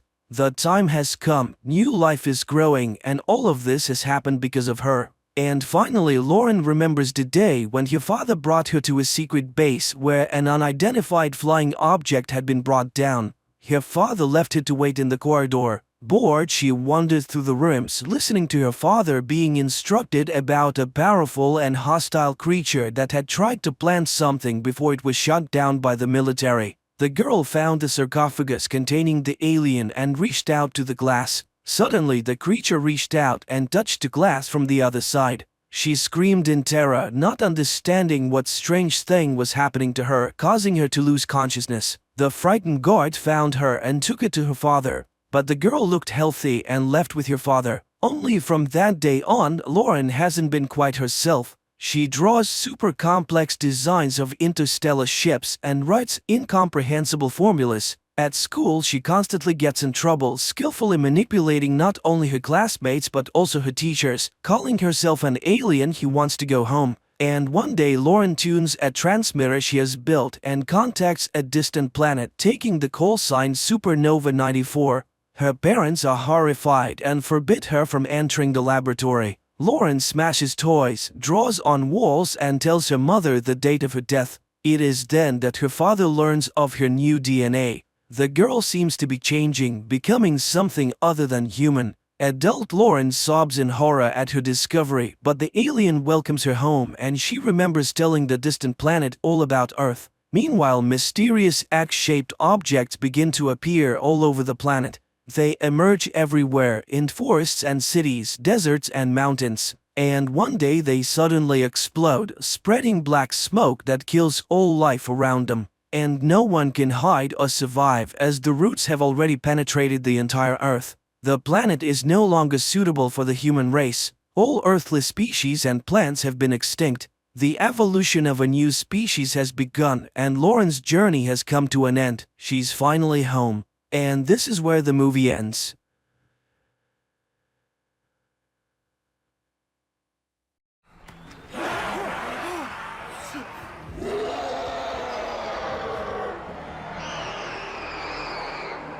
The year is 4032. Most of humanity has mutated into new creatures called abbeys. In the 21st century, Professor David Pilcher foresaw an unknown mutation in human DNA and built the town of Wayward Pines, which was meant to serve as an ark for the last surviving humans. The chosen ones, those who were destined to restore the human population, were frozen without their consent for 2,000 years. However, upon awakening, not everyone was pleased with life in a city surrounded by a tall fence with millions of monsters lurking outside.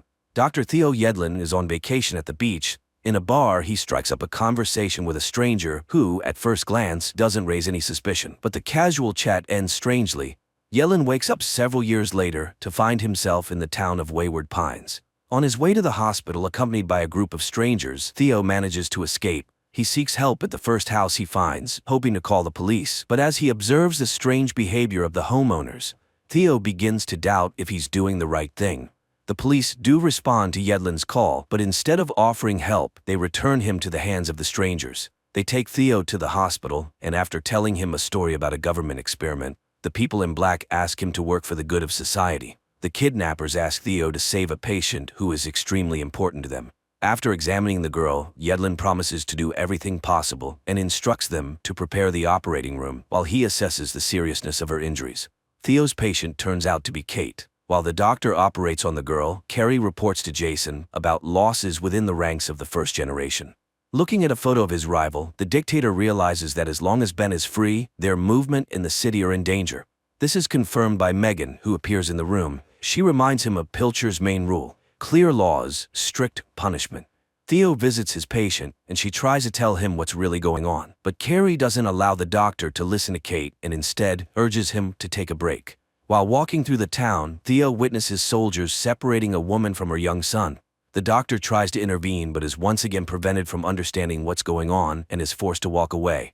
However, later Yedlin does learn the woman's fate. She is brought to the central square along with others, accused of rebellion. Jason addresses the cheering crowd, assuring everyone that his cruelty is the path to humanity's salvation. After these words, he executes the woman without any explanation. Megan visits Kate in the hospital room and suggests they unite for the future of Wayward Pines. But Kate attacks her rival, armed with a scalpel. Kate confesses that she will never watch as dictators destroy the world. She raises the scalpel and ends her suffering. Mario brings Theo and other prisoners to the wall. He opens a passage and, after jamming the gas pedal with a rock, sends the vehicle into the lair of the abbeys. The monsters notice the prey but run past, trying to climb over the fence. Members of the First Generation movement watch a motivational video left for them by Pilcher, followed by footage from surveillance cameras showing the abbeys attempting to breach the wall. The creatures sacrifice themselves to create a ramp, allowing their comrades to infiltrate Wayward Pines. Jason realizes something is wrong and orders a squad to gather and check the situation in person. Meanwhile, the prisoners, led by Ben, try to escape from the vehicle, taking advantage of the fact that the monsters are ignoring them. Military vehicles approach the wall and soldiers open fire on the abbeys. But despite this, some creatures manage to leap over the barrier and engage in open combat. The first to be injured is Carrie. An abbey slashes open her stomach, and Jason is forced to leave his subordinates to take his companion to the hospital. Very soon, the leader regrets his decision to get rid of Theo. No one is capable of performing the complex surgery and saving the girl. Jason orders the doctor to be found, and several vehicles must drive beyond the wall. Without resisting, Theo jumps into one of them to avoid falling into the hands of the advancing mutants. The leader of the movement asks Yedlin to perform the operation, but Theo refuses to proceed without an explanation of what's going on. Jason is forced to strike a deal with the doctor, promising to return his wife and revealing that aside from Wayward Pines, there are no other humans. The rest of the planet is overrun by Abbeys. After the surgery, Carrie regains consciousness. Another problem for the town arises: depleted supplies. Jason asks CJ to prepare for the harvest, which is beyond the wall, but the town must prepare carefully for the encounter with the Abbeys. Theo has to come to terms with his new role. He is appointed the head and most likely the only doctor in Wayward Pines. The only thing he disagrees with is the portrait of Pilcher hanging on the wall of his new office. Megan gives a lecture for the teenagers, using an Abbey body to show the mutants' weak points. One of the students admits he knows about the attempted breach, but Megan assures him that the only danger to the town is the rebels. Everything else is under control of the authorities. After examining one of the teenagers, Theo informs Jason of serious issues. Due to the food shortage, the health of the residents is at risk. However, the young dictator doesn't appreciate the doctor's tone or his attempts to change the order in Wayward Pines. CJ prepares a team for the harvest. He suggests using fire as protection against the Abbeys, and after a brief briefing, the vehicles drive beyond the wall to bring back the harvest and save the town. The monsters attack immediately as the harvesters appear, but CJ's plan works. The fire scares off the Abbeys, and the group has some time to gather food. One of the soldiers unexpectedly encounters Ben, but the young man refuses to help his old friend, fearing severe punishment for associating with a rebel. The loaded vehicles leave, and Ben doesn't manage to pass through the open gates. He then stands in front of the camera and addresses Jason, stating that all of the leader's actions are the wrong choice in tyranny. Rumors that Ben is still alive reach his mother. Teresa tries to find out details from the soldiers and persuade them to return for the boy, but no one wants to deal with the troublemakers. Ben continues to hide in the danger zone, hoping to return to Wayward Pines, but a pack of Abbeys attacks the boy, turning him into a hearty meal. Jason checks the cameras and notices that there are no Abbeys in any of the sectors. The leader celebrates, believing he has driven the monsters out and that the town is now completely safe. But it seems the mutants have a different opinion. Several soldiers are sent on a reconnaissance mission, but they spot nothing except a frightened deer. This pleases Jason greatly, as he is convinced the Abbeys have left, but Carrie sees an unpleasant side to this. If Ben isn't found, the leader will have to answer to the town for the death of one of the first generation. At night, voices are heard in Jason's house, and, loading his weapon, the young man goes downstairs. To his surprise, Pam appears before him. The old woman reminds her protege of everything she taught him. She confesses that she killed her brother only because he tried to save the town through dictatorship and violence. Pam asks Jason to let her stay and help him build a truly bright future and save humanity. Jason agrees to forgive the traitor and takes her to the square to announce his decision to the town. Unbeknownst to Jason, Pam sneaks into the lab where the captured Abbeys are kept. Megan arrives shortly after, but the thief manages to leave without revealing her intentions for coming there. Back at home, Pam plans to use a drug she stole from the lab. Her plan is interrupted by Theo's arrival, but the nurse quickly directs him to the door to get what she came for in the hated town. Megan learns of the stolen drug, but it turns out it wasn't a medicine. Pam had taken a smallpox sample. Meanwhile, Pam attends a meeting in Jason's office. She unexpectedly kisses her protege in a way she never had before and joins the conversation. Dr. Yedlin bursts into the room. He orders everyone to leave without touching anything and avoiding contact with people. The doctor then reveals Pam's plans, and the woman doesn't even attempt to resist. Pam admits that, in her opinion, Wayward Pines should be destroyed. She asks Jason to put an end to the story, but the leader orders the traitor to be arrested. At night, Jason goes on a walk with Pam. He asks his mentor to tell him the end of the story about Wayward Pines, but after receiving an answer that wounds his pride, the dictator kills the old woman. A few days after the Abbey attack, Xander finally wakes up at the bottom of a deep well. There, the young man is found by a mutant, but he manages to defeat the monster and climb to the surface. At a meeting on the problems of Wayward Pines, CJ discusses the need to increase the area of crops. The population is growing, but food is becoming scarcer. Carrie and Megan believe it's too early to address this issue, but Jason supports the farmer and allows him to search for new fields. Xander is quietly approached by a man with a knife. He demands that Xander reveal who sent him and who currently rules the town. The savage himself says he has been here for a very long time. He is the only one from the team Pilcher sent to search for other survivors. Guards notice movement near the wall, and a duty squad is dispatched to the scene. The soldiers recognize Xander, accompanied by the stranger, but let them inside without question. The savage is immediately sent to Dr. Yedlin. Theo tries to find out from the patient if there are other people beyond the wall, but the man only says that the Abbeys are not the enemy. They are the replacement meant to take their place. Jason learns the name of the savage, Adam Hassler. He asks the doctor to tell him everything the patient said, but Theo refuses to disclose the confidential information and suggests the leader speak to the survivor personally. Throughout this time, Hassler struggles to recover. He is constantly haunted by nightmares of Abbey attacks he endured during his months beyond the wall. Finally, the man can no longer take it and decides to leave the hospital, fearing that the mutants will get to him there. The savage escapes into the streets, frightening crowds of townspeople. His hallucinations, in which mutants attack him, intensify, forcing him to find shelter in a deserted alley. There, Adam is discovered by Teresa. She recognizes an old acquaintance and tries to find out if he has seen Ben, but the savage hesitates to tell the woman the truth. Theo tells his wife about Adam's words, and Rebecca urges him to inform the town's leadership. The town sends off the first group, who go in search of new lands suitable for settlement and cultivation. Teresa stops CJ's vehicle and asks to join the mission so she can find her son. Hassler also joins the soldiers, having failed to adjust to the peaceful life in town. CJ gazes with excitement at the landscape he hasn't seen in a very long time. He orders the squad to set up camp and prepares for a night outside the wall. Adam leaves without explanation, but later that night he returns, causing a stir in the camp.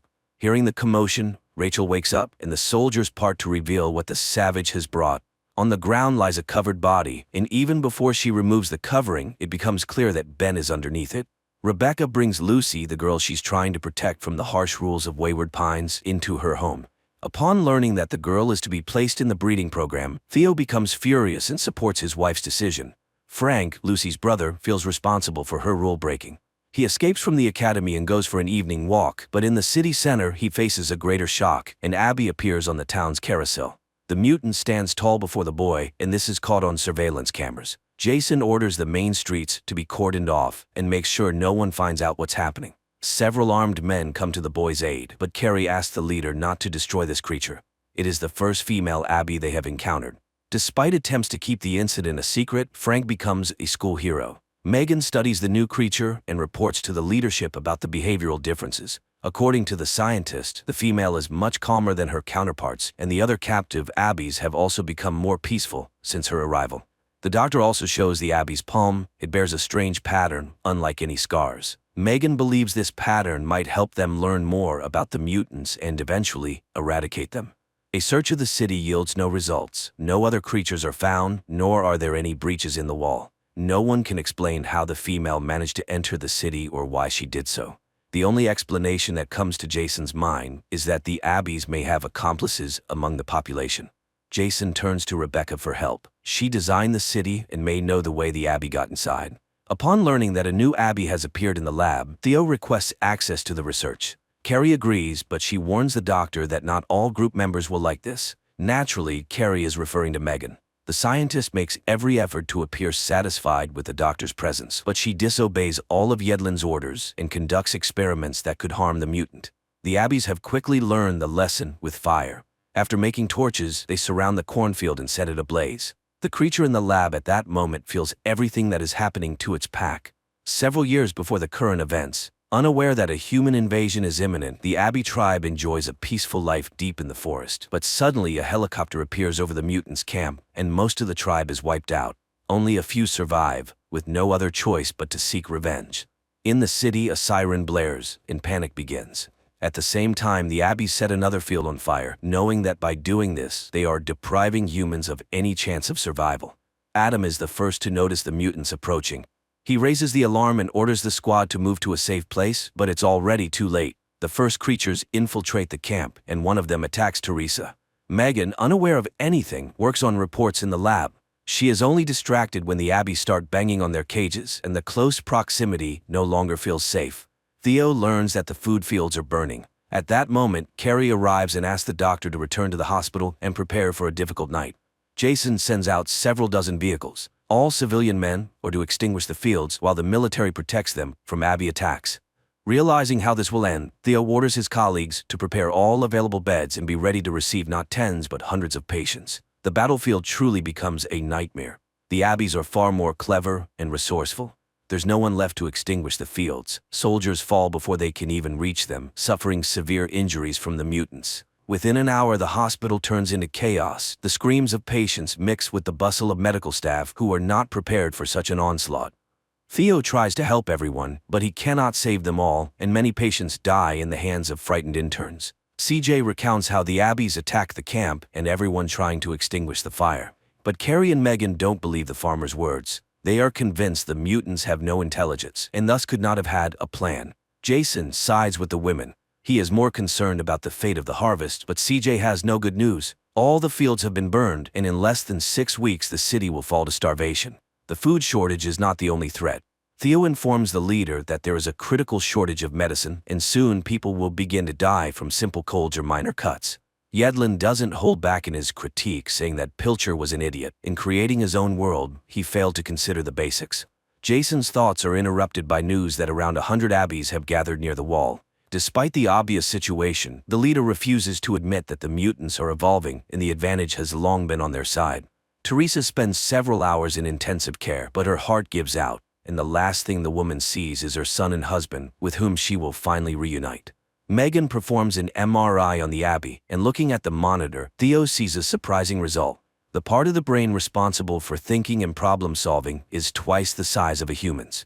The Abbey's roar echoes throughout the city. The monitor shows that several thousand mutants have gathered near the wall. The creatures locked in the cages respond to their kin, but the female remains remarkably calm. After a conversation with Adam, Theo examines the female Abbey's hand and discovers the pattern. He becomes furious that Megan hadn't told him about the design, but the scientist doesn't understand the significance at this moment.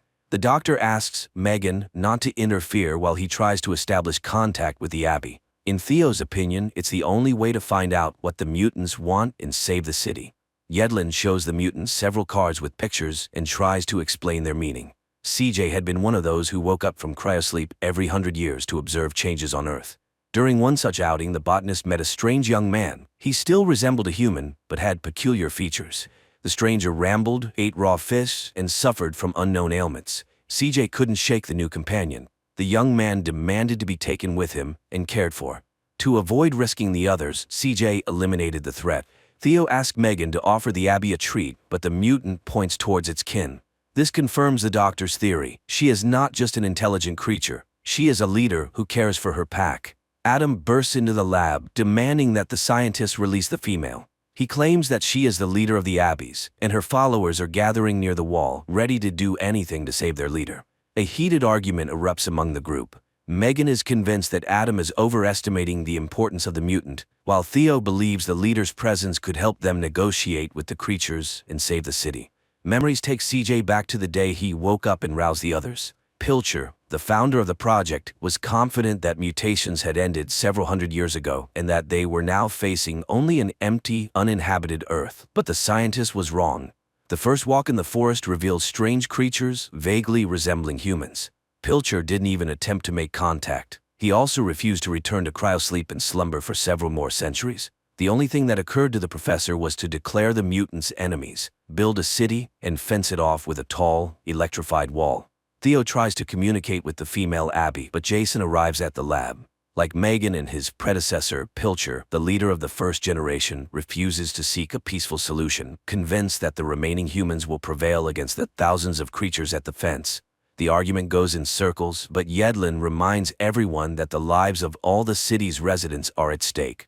Dr. Yedlin explains to the Abbey that Jason is their leader, but the female mutant disagrees. She shows the doctor that he should be the leader of the town. This infuriates the young dictator, and he tries to stop the experiment, but Theo stands his ground.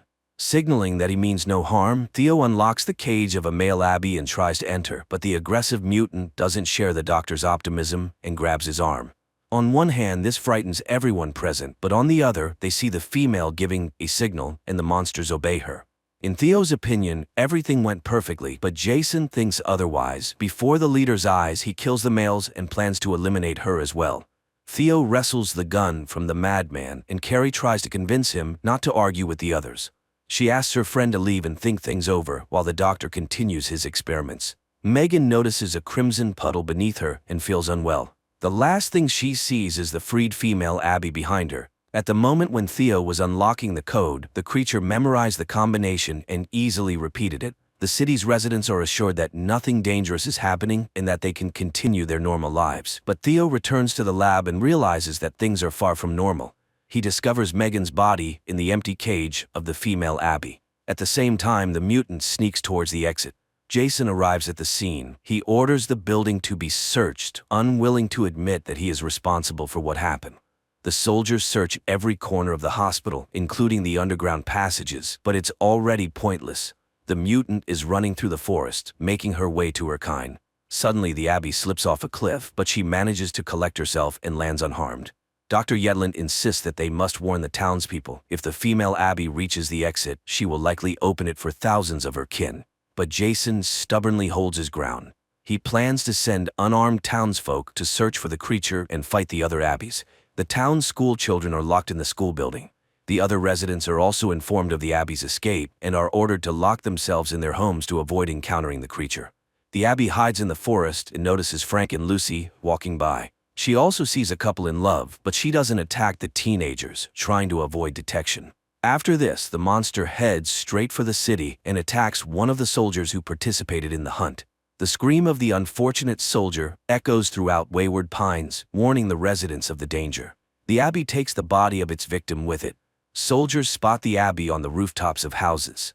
They open fire, but once again the monster manages to escape. The mutant continues to toy with the people, appearing in different locations. All those with any kind of weapon are called in to join the search. Xander gathers a small team, hoping to track down the Abby. Theo and Adam also set out in search of the mutant, but all they find is the body of a soldier, which the creature dragged away. The hunters realize it was a trap. The Abby lured them into the forest so they wouldn't interfere with her final tasks in the city. Armed citizens flood the streets, but the Abby manages to evade them, remaining unnoticed. This leads to frightened hunters firing at each other, solving the mutant's problems for her. Finding several bodies and shooters in the street, Theo tries to de-escalate the situation. He asks a young woman to let the soldiers go so they can take their comrade to the hospital. The number of red dots on the monitor rapidly increases, indicating the number of Abbeys near the wall. Jason shows Carrie the bunker designed especially for them. He confesses to her that this shelter would allow them not only to survive, but also to enter cryosleep for as long as needed to eventually restore Earth. However, Carrie is forced to admit to her boyfriend that after the Abby's attack, she cannot have children, and there's no point in wasting a capsule on her. Rebecca encounters the Abby in the middle of the city, but before the monster can attack, Xander injures the mutant, protecting his fiancée and their future child. Breathing a sigh of relief, the couple hurries to the wall to find weak spots and fix them. Xander remembers the pit, and the group theorizes that it might be a tunnel leading into the city. The wounded female Abby flees into the forest and finds an entrance to such a tunnel. She prepares to leave the city, but Adam appears behind her, intent on killing the mutant. The female Abby straightens up, and fear flashes in her eyes. Seeing this, the hunter lets her go to her kind. Adam also enters the tunnel, determined to end this once and for all. Jason's squad finds a pipe from which the wild cries of the mutants can be heard.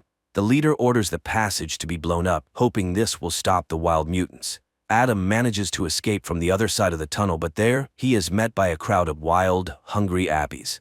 However, the female with the pattern on her hand does not allow them to harm the man who saved her life and helped her escape. Hassler walks past unharmed. Despite the return of the leader, the crowd of Abbeys does not leave the area around the fence. The Abby leader reaches the camp and is taken in by caring elders, remembering all those who became victims of humanity. Observing the Abbeys, Carrie sees that the escaped female is getting worse, and her kin gather around to say their goodbyes. But Jason is not moved by this news. He sees no tragedy in the death of an ordinary mutant. Realizing that all the city's problems are caused by the dictator's stubbornness, Theo decides to address the issue and turns to Xander for help, but the men don't have time to discuss things. CJ invites the doctor to an important meeting with Jason. The leader offers two options: surrender and accept their end, or go back into cryosleep. The female Abby's condition worsens, but her kin don't abandon her. They treat her wound and do everything they can to keep their leader alive. Jason addresses the townspeople, tells them about the Abby invasion, and gives instructions for the evacuation. This causes unrest, but CJ steps in to calm everyone down, assuring them that the process is completely safe. After giving several lectures, CJ heads to the control center to check the equipment, but the plan is under threat. The program encounters a loading error. CJ informs Jason of the issue, insisting that the capsules need to be recharged. But there is hardly any time left, and the leader will have to choose who gets to leave the danger zone first. To make the right decision, Jason asks Dr. Yedlin to check all the citizens' profiles and assess their health on a 5-point scale. Theo dislikes this idea and suggests using a lottery to choose the lucky ones, but Jason insists that only those valuable for reproduction should remain in the end. Yedlin decides to use Carrie. He tells her that Jason has decided to leave her to be torn apart by the Abbeys because of her inability to have children. The doctor convinces her of his truth and suggests she eliminate the traitor. Many years ago, while planning the construction of a new world, David Pilcher adopted a child to make him the heir to everything. But before signing the papers, the professor meets the boy's mother, Carrie. She was the one who gave her son to the professor, who later named him Jason. While flipping through his fiancé's personal file, Jason finds a secret folder where he discovers that his fiancée is actually his biological mother. At that very moment, Carrie enters the room. The calm conversation escalates into a scuffle and a fight. Finally, a gunshot is heard in the room. Jason recalls the first time he saw Carrie, how she was introduced to the new world, and how he promised she would always be safe. But now the once-in-love young people are on the floor, in pools of crimson. As Jason fades, Carrie takes his hand to stay by his side. The female Abby regains consciousness and signals to her kin, gathering them around her. Jason is brought to the hospital, and Theo prepares him for surgery. Meanwhile, in the forest, the Abbeys are preparing for a final assault on the city. The residents are being prepared for evacuation into cryocapsules, but most townspeople linger around the hospital, waiting for news about their leader.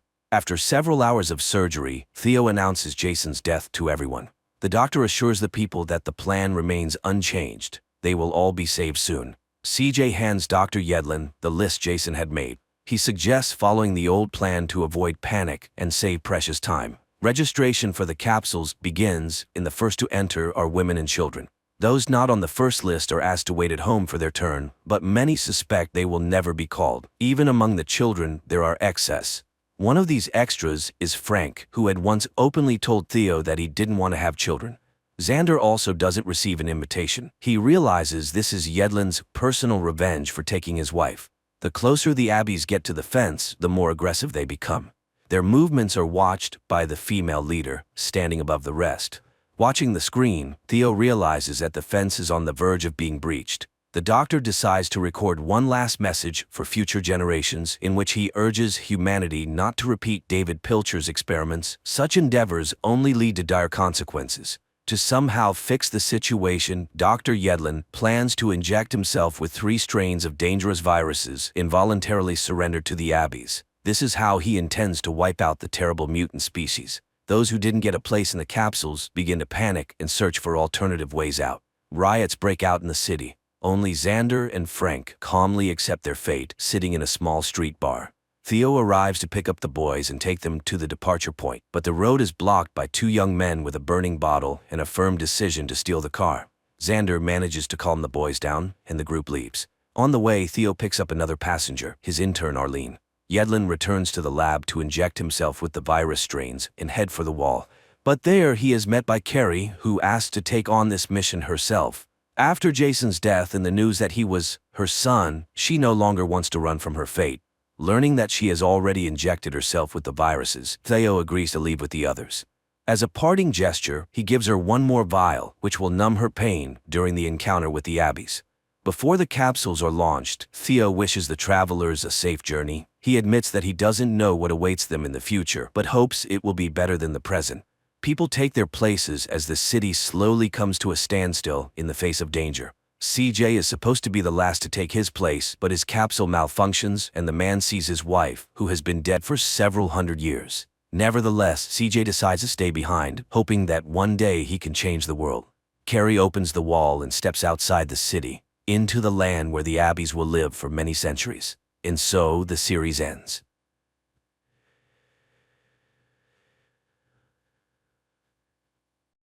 Hey guys, today we have a recap of the next episodes of the show.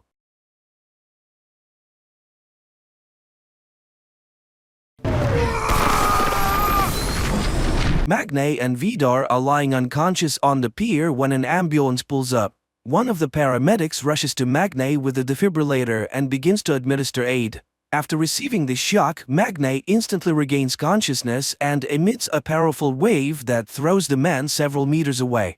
While the second medic tries to help his buddy, Magne approaches Vidar's body.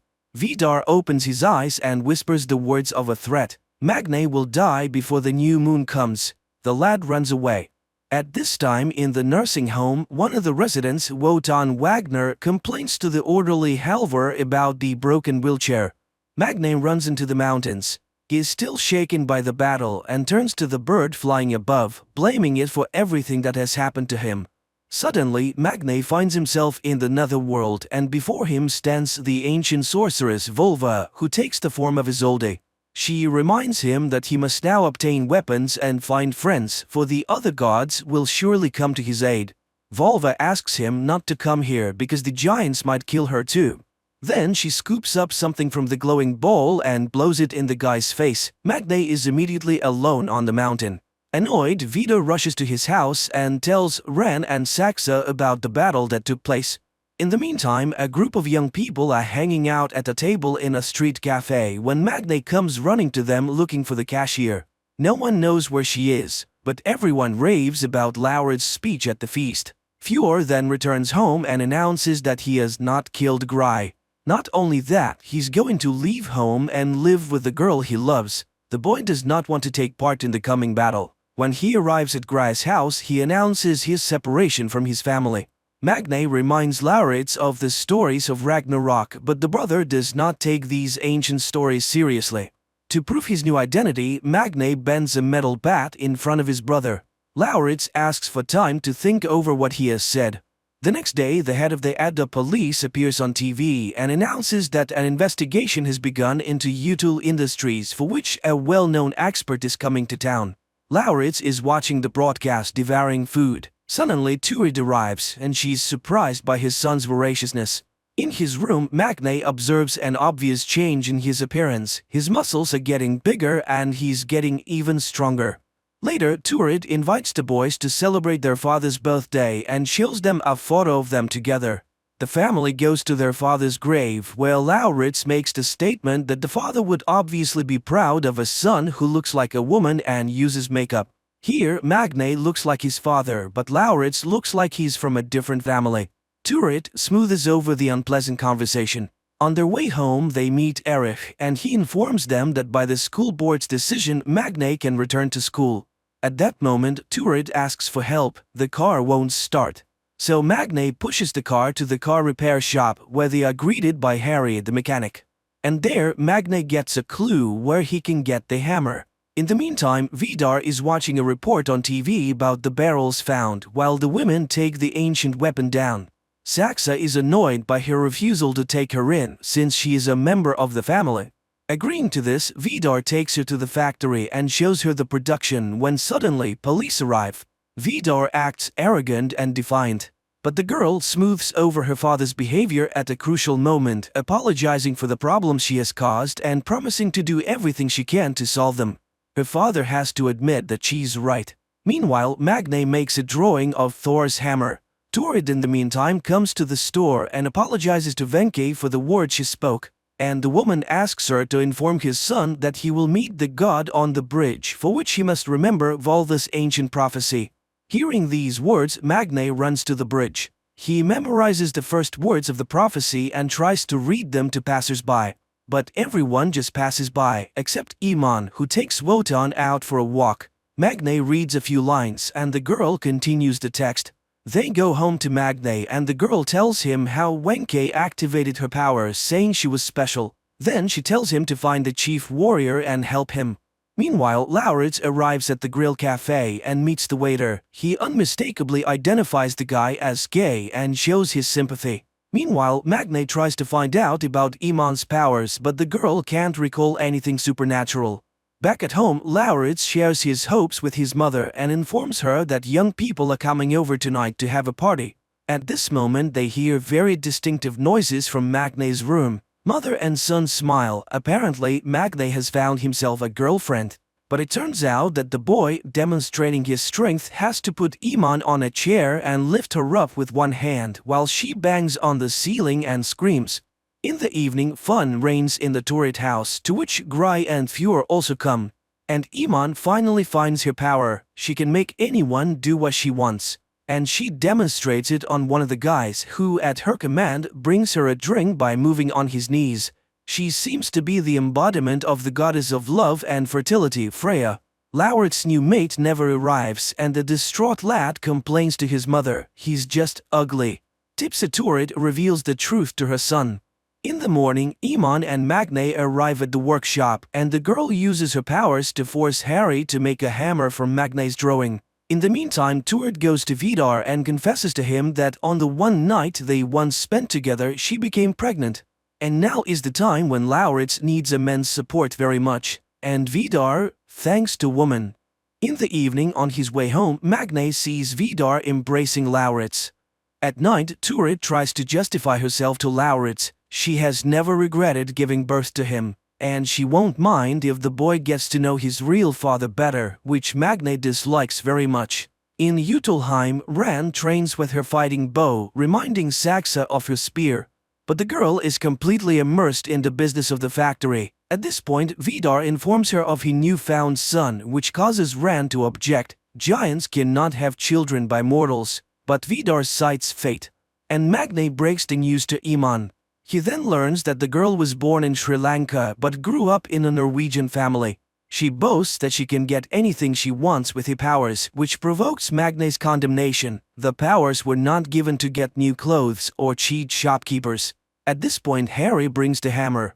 Lauritz comes to Vidar and he offers to take a motorcycle ride. Meanwhile, Magne and Iman are going to test the hammer, for the real one must always return to Odin, but the hammer just takes off.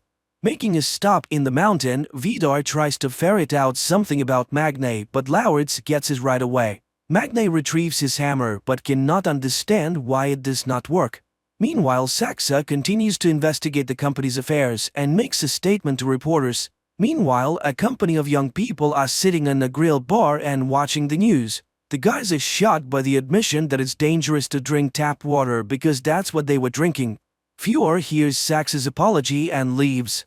One of the girls suggests protesting against the U-Tools who have mucked up the fjord. Turret is writing a note to her sons to not drink the tap water when Lauritz and Vidar enter the house. The boy is thrilled, his father has given him a motorcycle. In the meantime, Ran is looking at the pictures in the family album and suddenly brushes away a tear. At this moment, Vidar enters the house and announces that he is ready to take in his new son, which prompts a harsh protest from Ran. Saxa is struck by the abundance of emotion, for Ran has never been jealous of her husband.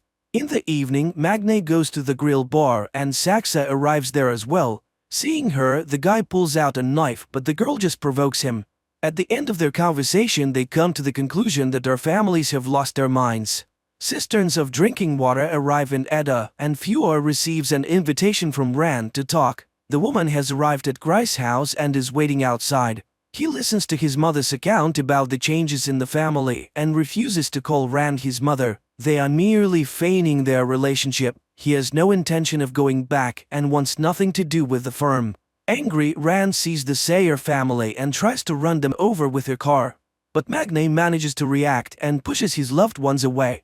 Ran apologizes, pretending to have lost control, but Magne doesn't believe her. He grabs the hammer and runs to Wenke. The old woman is frightened. The giants will kill her if they see them together. She's amazed at Magne's attempt to make the hammer because you can't just get it. She promises to tell him how to forge the real Mjolnir. After all, the giants have an ancient weapon with which they can kill anyone. She begins the story of the eternal fire of the ancient gods but notices Ran and hides in the building, promising Magne to tell him everything when he meets her on the mountain. Lauritz comes to Jotunheim and is treated to mead.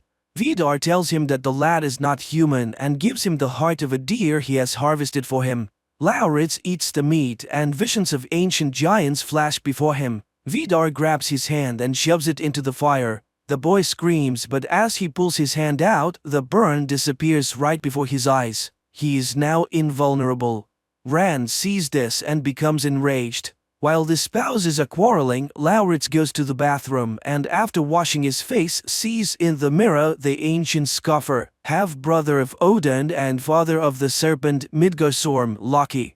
and he understands he is his incarnation. Back in the room, he hears Rand say that the cashier is really Vulva, and she's going to kill her before Magni gets the hammer. Meanwhile, Magni comes for Lauritz at Utelheim. He asks his brother to return home, and he reluctantly agrees and tells him of Rand's intentions. Magni runs to Wenke. Meanwhile, she closes up store and goes home. But she sees Rand's car and takes off into the sky as a bird. Magni sees her fly away and is glad everything has turned out to be alright. But suddenly Rand draws her bow and pierces the bird with her arrow. The bird falls near the orphanage. The wounded woman reaches Wotan, hands him her medallion and asks him to help Magni. Magni rushes to her, takes her head in his hands, but the woman turns to ash. Magni cries over what was just his mentor, then runs to Rand's car and threatens to kill her. But the woman is very calm. She reassures the witnesses that the boy is simply sick. Iman pulls him away with difficulty. At night, Magni has a dream in which Isolde begs him not to give up. In the morning, the radio announces that the young people of the town are planning a protest. Turid speaks of Magni's intemperance. You should not shout at the school principal in the middle of the street. To this, Magni reminds her of the attempted murder of their family. But Turid is more concerned about the irrepressible appetite of Lauritz, who boasts to his brother of his newly acquired invulnerability. Magni asks to prove his loyalty and to help break into the Utils' house because he thinks the eternal fire burns in their hearth. Lauritz promises to help. Posters and appeals are hung all over Edda to shut down the harmful Utils production, while Fjord and Gry bring her father to the hospital. The girl is grateful to her boyfriend for his support and is delighted when the boy agrees to spend Saturday night with her family. Meanwhile, Wotan examines Wenke's locket and puts it on himself. And at that moment he is awakened to who he really is, the king of the gods, Odin, who sacrificed a night to know eternal wisdom, and is able to see the present, past, and the future. He is Thor's father and Loki's twin. Wotan begins to behave intelligently and calls Corpseman Halvor a dark elf, which puzzles the man. Meanwhile, Magni continues his training and studies Scandinavian myths, and then sends a message to Iman that he intends to go to Utelheim to forge a hammer there. In the meantime, Turid and Lauritz go to the store, and while Turid is shopping, the boy tortures the man he meets, Erich, with questions about Loki. He tells him that Loki was the father of the snake Midgard's Orm, which leads him to believe that Loki was the world's first transgender man. Saxa and Vidar arrive at the square where people are getting clean water in canisters. The girl is convinced that they should show their closeness to the people and then everything will work out, especially since the youth protests are planned. That's where Turid and Lauritz meet them, and the latter asks to see Vidar. Saxa goes to the factory to attend to business. When Turid arrives home, she tells them that Lauritz has gone to Utelheim, which angers Magni. They had a deal. Apparently his brother has chosen their side. Meanwhile, Lauritz watches Vidar cook and confesses that he would like to come here more often. When he returns home, he is not given a warm welcome by his brother. But Lauritz earns forgiveness by showing Magni the entrance key to Utelheim he received from Vidar. Meanwhile, there is a dinner party at Gry's house. The father makes a lot of jokes and thanks everyone for what they have been in his life. Gry does not understand what's going on but is glad for a good evening. In the evening, the brothers enter the Util house when no one is there. Magni sticks his hammer into the burning hearth, with absolutely no idea what's going to happen. And when nothing happens, Vidar walks through the door. Tripping over the backpack left by Magni, Util pulls out the hammer. Magni has to come out and admits it's his thing. Vidar realizes what they were up to and kicks the guys out. When they return home, they find Erich at the table, who tells them that Mjolnir was forged by stunted creatures that people called dwarfs. Loki became Odin's sibling by swearing on his blood, and when their blood mixed, he became half god, half giant. At night, Ren tries to persuade Vidar to forget about Laura's deception, and the latter promises to kill the boy. In the morning, Wotan gives blood and admits to Iman that he is Odin. The girl summons Magni, who at that moment is invited to the protest against the Utils. Fjord, who is immediately present, refuses to go with everyone else. Magni arrives at the nursing home where Wotan greets him but addresses Lauritz rather sternly. He does not believe the boy and tells him to leave, despite Magni's attempt to convince him otherwise. Loki is a traitor by nature, he cannot be trusted. Lauritz is about to leave, but then he sees a table with the blood tests. He tricks the nurse, pulls out Wotan's blood, and injects a portion into his own vein. In the meantime, Fjord watches the protest taking place at the factory gate. Gry goes there with him and supports Magne, believing that it is to his credit. Saxa urges her father to respond, at which point Fjord joins the protesters. He steps forward and makes a speech acknowledging the Utul's guilt and promising to do whatever he can to rectify the situation. After all, we all share the same planet. Looking at this, Lauritz is on the fence. Should he go to Vidar or support his brother? At that moment, Gry receives a text message and the girl runs away. Fjord rushes after her, and Lauritz stops Vidar's car and tells him that he wants to go with him. He gets in his car and makes an indecent gesture to everyone. Gry and Fjord rush to the hospital where the girl's mother tells them about the father's suicide. The man swallowed all the sleeping pills and could not be saved. Vidar and Lauritz arrive at Utelheim. The father tells the boy about how the people used to worship them and carry gifts. He demonstrates to the boy that he can change his appearance. So when he supposedly grew old, the place was taken by his son. Vidar was willing to do anything for him, even making him invulnerable. The truth is, there is a weapon that will kill anyone. Giants do not forgive treachery. Suddenly, Magni bursts into the house. He will not let his brother be hurt. Armed with the axe, Vidar rushes at the lad. A fierce fight ensues, with the enemies exchanging blows. While delivering the next blow, Vidar drives the axe into the wall. Magni pushes the man away, and he lands on the edge of the axe sticking out of the wall. His body turns to ash, which terrifies Magni. Magni suffers deeply from all that has happened and feels guilty about Vidar's murder and the loss of Lauritz, but he cannot confess this to his mother, who is immersed in a relationship with Erich. But she is shaken by the news of Vidar's death. The mother sympathizes with her son and he casts hateful glances at his brother. Gry offers her condolences to Fjord, but the latter stuns the girl with a confession that he did not love his father. Meanwhile, Ran urges Saxa to take revenge, though the daughter is cautious about what has happened. They do not know exactly what has happened, they must be careful. But Ran is fixated on hating Lauritz and plans to take revenge on him specifically. But for now, they announce that Vidar died of a heart attack. The rules of Utul Industries state that the rights of ownership should pass to the eldest son, but Saxa intends to usurp the position. Exhausted, Magne goes to Fjord and confesses to the murder of his father. By the rules of the ancient world, he must give satisfaction to a relative of the deceased, but the younger Utul refuses to take revenge. Upon returning home, Magne discovers forbidding signs on the entrance to his brother's room. Lauritz accuses him of murder. His father was merely going to teach him a lesson. In the meantime, Wotan and Iman arrive at Harry's workshop for the old man's baby carriage, but he cannot do anything about the worn-out mechanism. Magne arrives there as well, and after hearing congratulations on his victory, sharply objects. He has killed a man, and he refuses to go to war. Distraught Lauritz tells the barman that the doctors have discovered a tapeworm parasite inside him, and he begins treatment. In the meantime, Gry and Fjord are eating ice cream on the porch of the barber shop, and the girl admits that her mother intends to move from Edda to the big city. Fjord decides to go with her. He's not going to attend Vidar's funeral. Turid and Magne are summoned to the school, where the boy is given permission to take his final exam and is assigned a topic: Scandinavian myths. After that, Iman tries to convince Magne to return to the battle group. After all, there is no war without casualties. Besides Vidar, there are still giants left, among them his brother. Hearing about Lauritz, Magne loses his temper, and his brother, watching the conversation from afar, sees lights sparking everywhere. Saxa takes on the firm's business with determination and one day talks to Turid, convincing her not to mix emotion and work.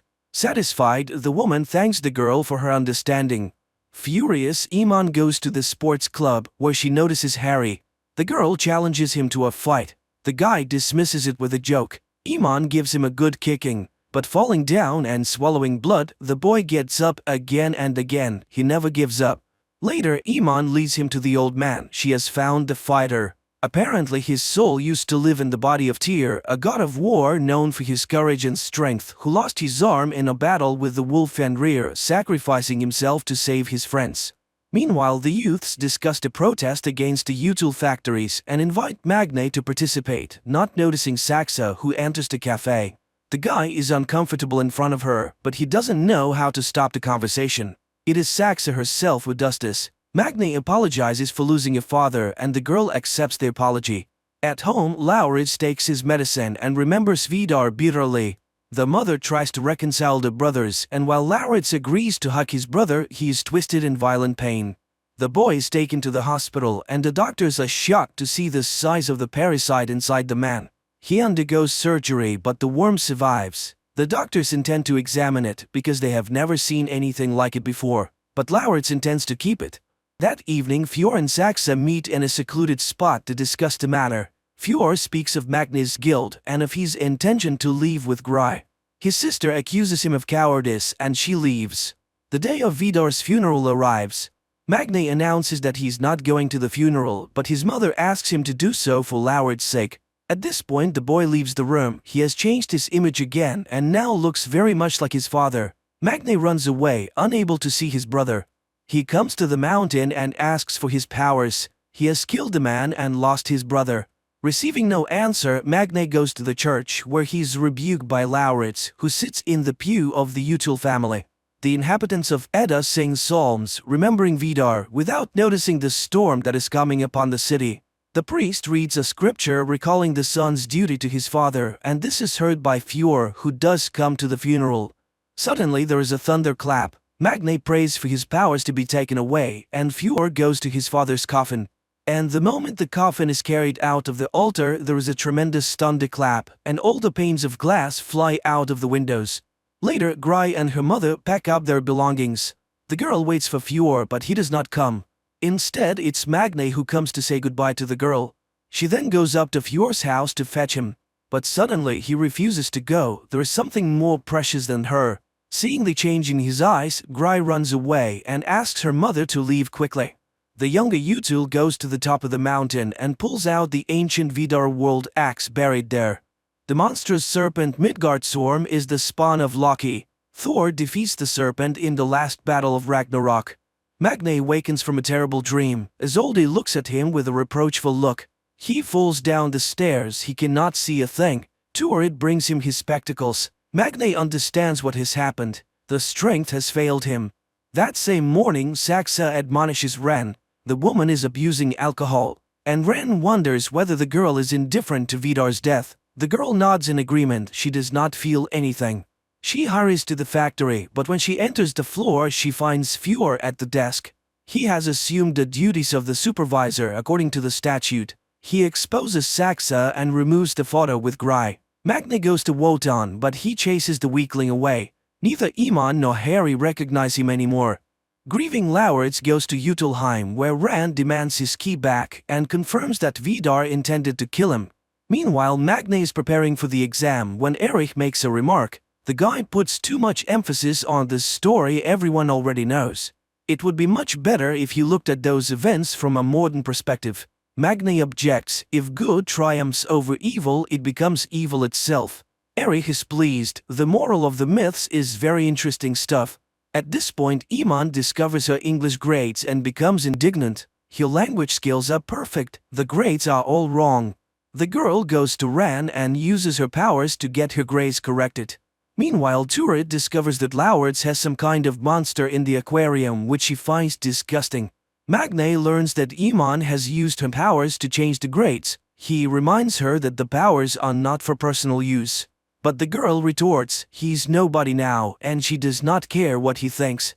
Turid demands that the creature be removed from the house, but she is forced to agree to her son's wish when he reminds her of the loss of his father. On his way home, Magne witnesses Harry beating up a guy who wanted to cheat and did not pay for gas. He intervenes but again receives a reminder that his opinion is no longer valued. Later he asks Lauritz to forgive him, for he sincerely wanted to protect his brother. He renounced his powers and they were taken away. The brothers embrace, but Loki refuses to help in the battle. Fjord begins to run the firm's affairs with an iron fist and fires Turid for personal reasons. Upon learning this, Magne rushes to the factory and attacks Fjord, oblivious to the fact that his powers no longer exist.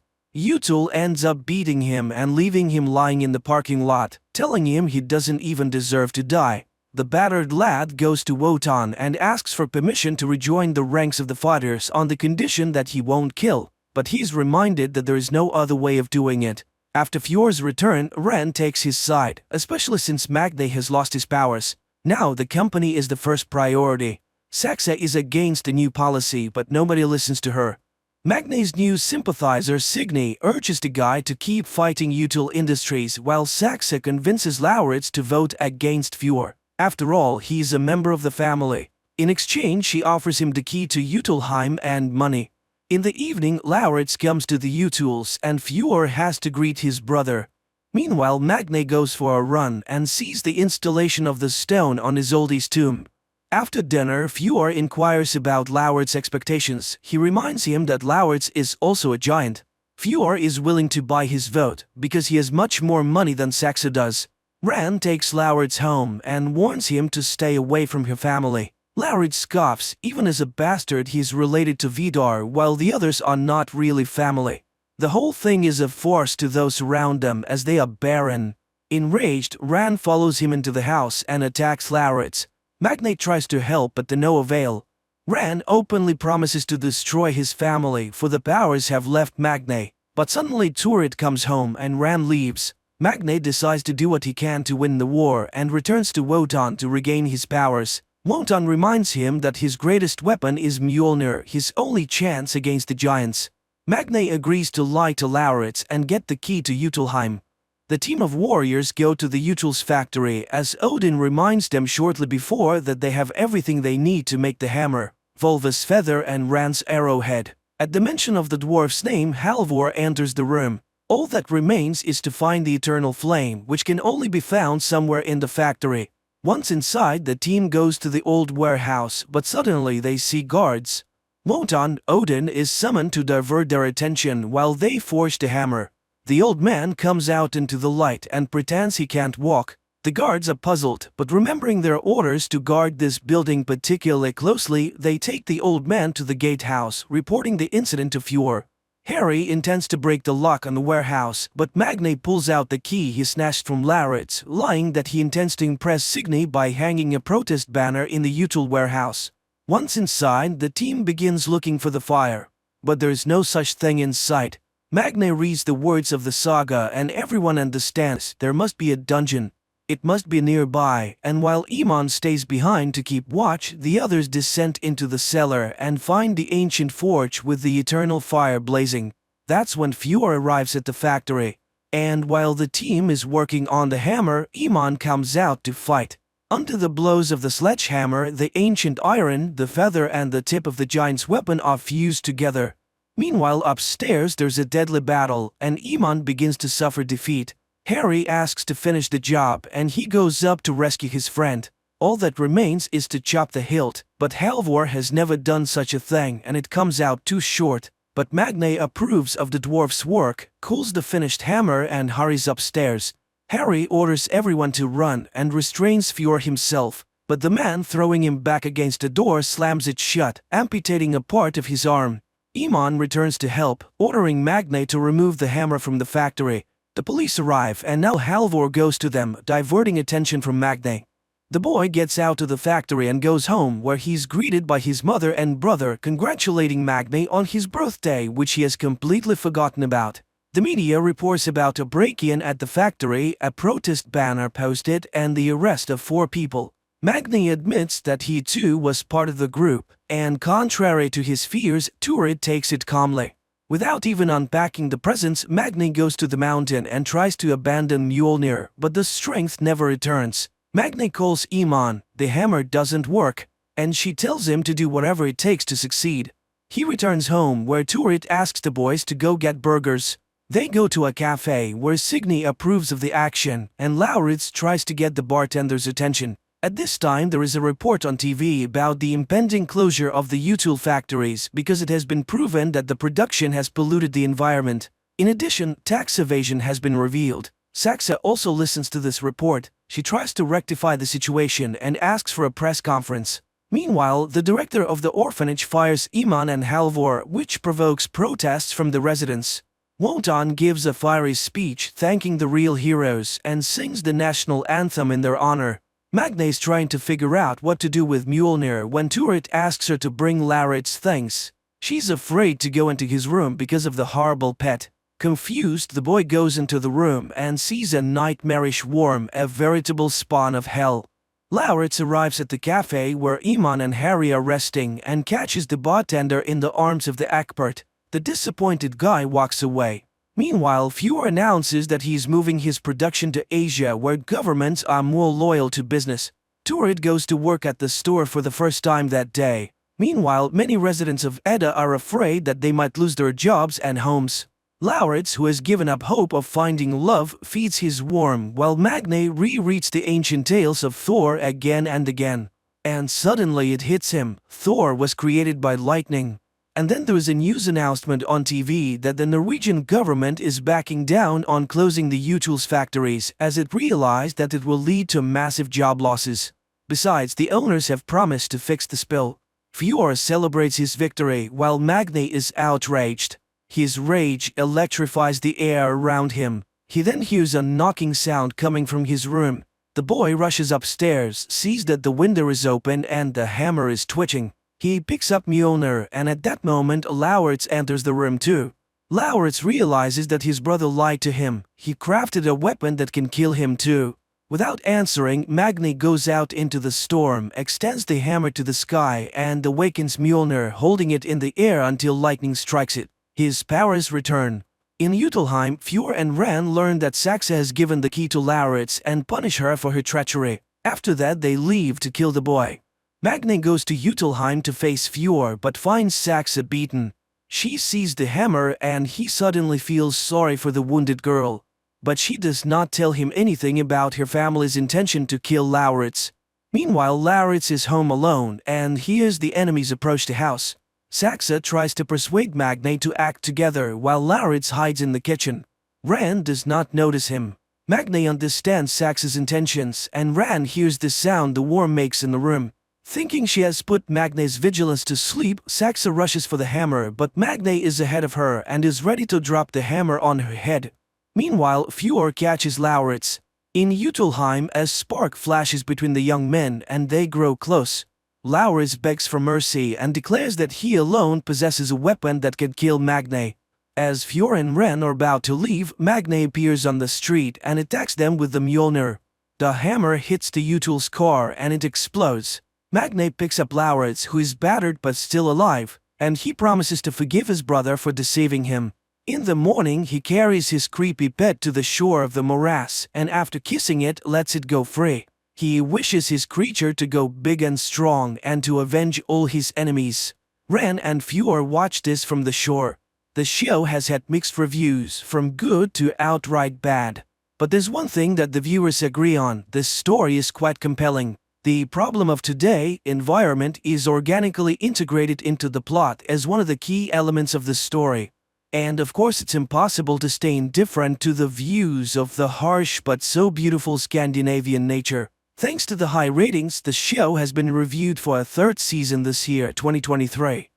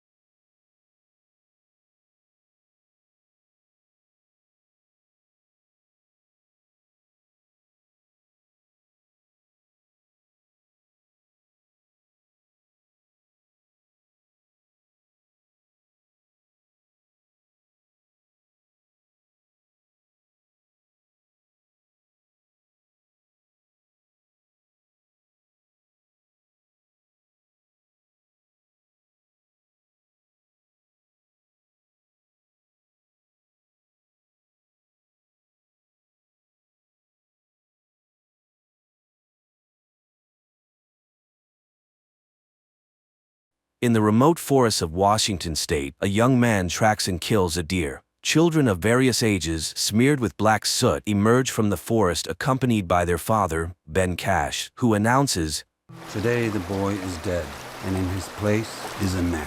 He then feeds the hunter the liver of the freshly killed animal. The children look proudly at their brother and then joyfully splash in the clear waters of a forest stream, washing off their camouflage. Later, they carry the animal's carcass to their home, nestled deep in the forest. Nearby, there's a greenhouse and outbuildings for storage, with a garden surrounding them. Inside, everything is tidy and organized, with each forest home resident diligently performing their tasks. Later, they gather in a clearing where, after meditation, the father teaches the children self-defense techniques. You kill her. Yeah, thank you. Let's try that. In the evening, the family gathers around a campfire where the children read world classics and scientific literature. The father questions each child about the material, helping them understand everything from advanced mathematics to literary styles, and gives them assignments for the next day. Then he takes out a guitar. Everyone brings their instrument, and soon an improvised melody plays by the campfire, under which the children dance. In the morning, the family goes for their mandatory run along forest trails. Everything seems to follow a well-established routine. Later, the father and his eldest son, Bo, return from a trip to the nearest town for supplies. Unexpectedly, the younger children ask, "Why does Mommy have to be gone so long?" She hasn't been gone very long. It turns out their mother is in a hospital, and the father is going to find out when she can return home. In town, while Ben shops, local girls flirt with Bo. However, he doesn't know what to talk about with them, as his knowledge of political structures doesn't interest them much. So Bo goes to get the mail and finds several letters addressed to him, inviting him to the country's best universities. Meanwhile, Ben reaches his sister, who informs him that his wife Leslie has taken her own life. Returning home, he sits under a forest waterfall for a long time before coming out to the children to announce the tragic news. Last night, Mommy killed herself. While everyone weeps, Ben's middle son, Relian, grabs a knife and tries to attack his father, but then directs his blows at a tree, venting his anger. Later, Ben reads his wife's found will, amazed by it. But morning comes, and the family again runs along the forest trail and exercises in the clearing. Suddenly, Relian asks, "Dad, when's Mom's funeral?" Ben returns to town and contacts his wife's parents, who blame everything on their former son-in-law, even though they chose this life together.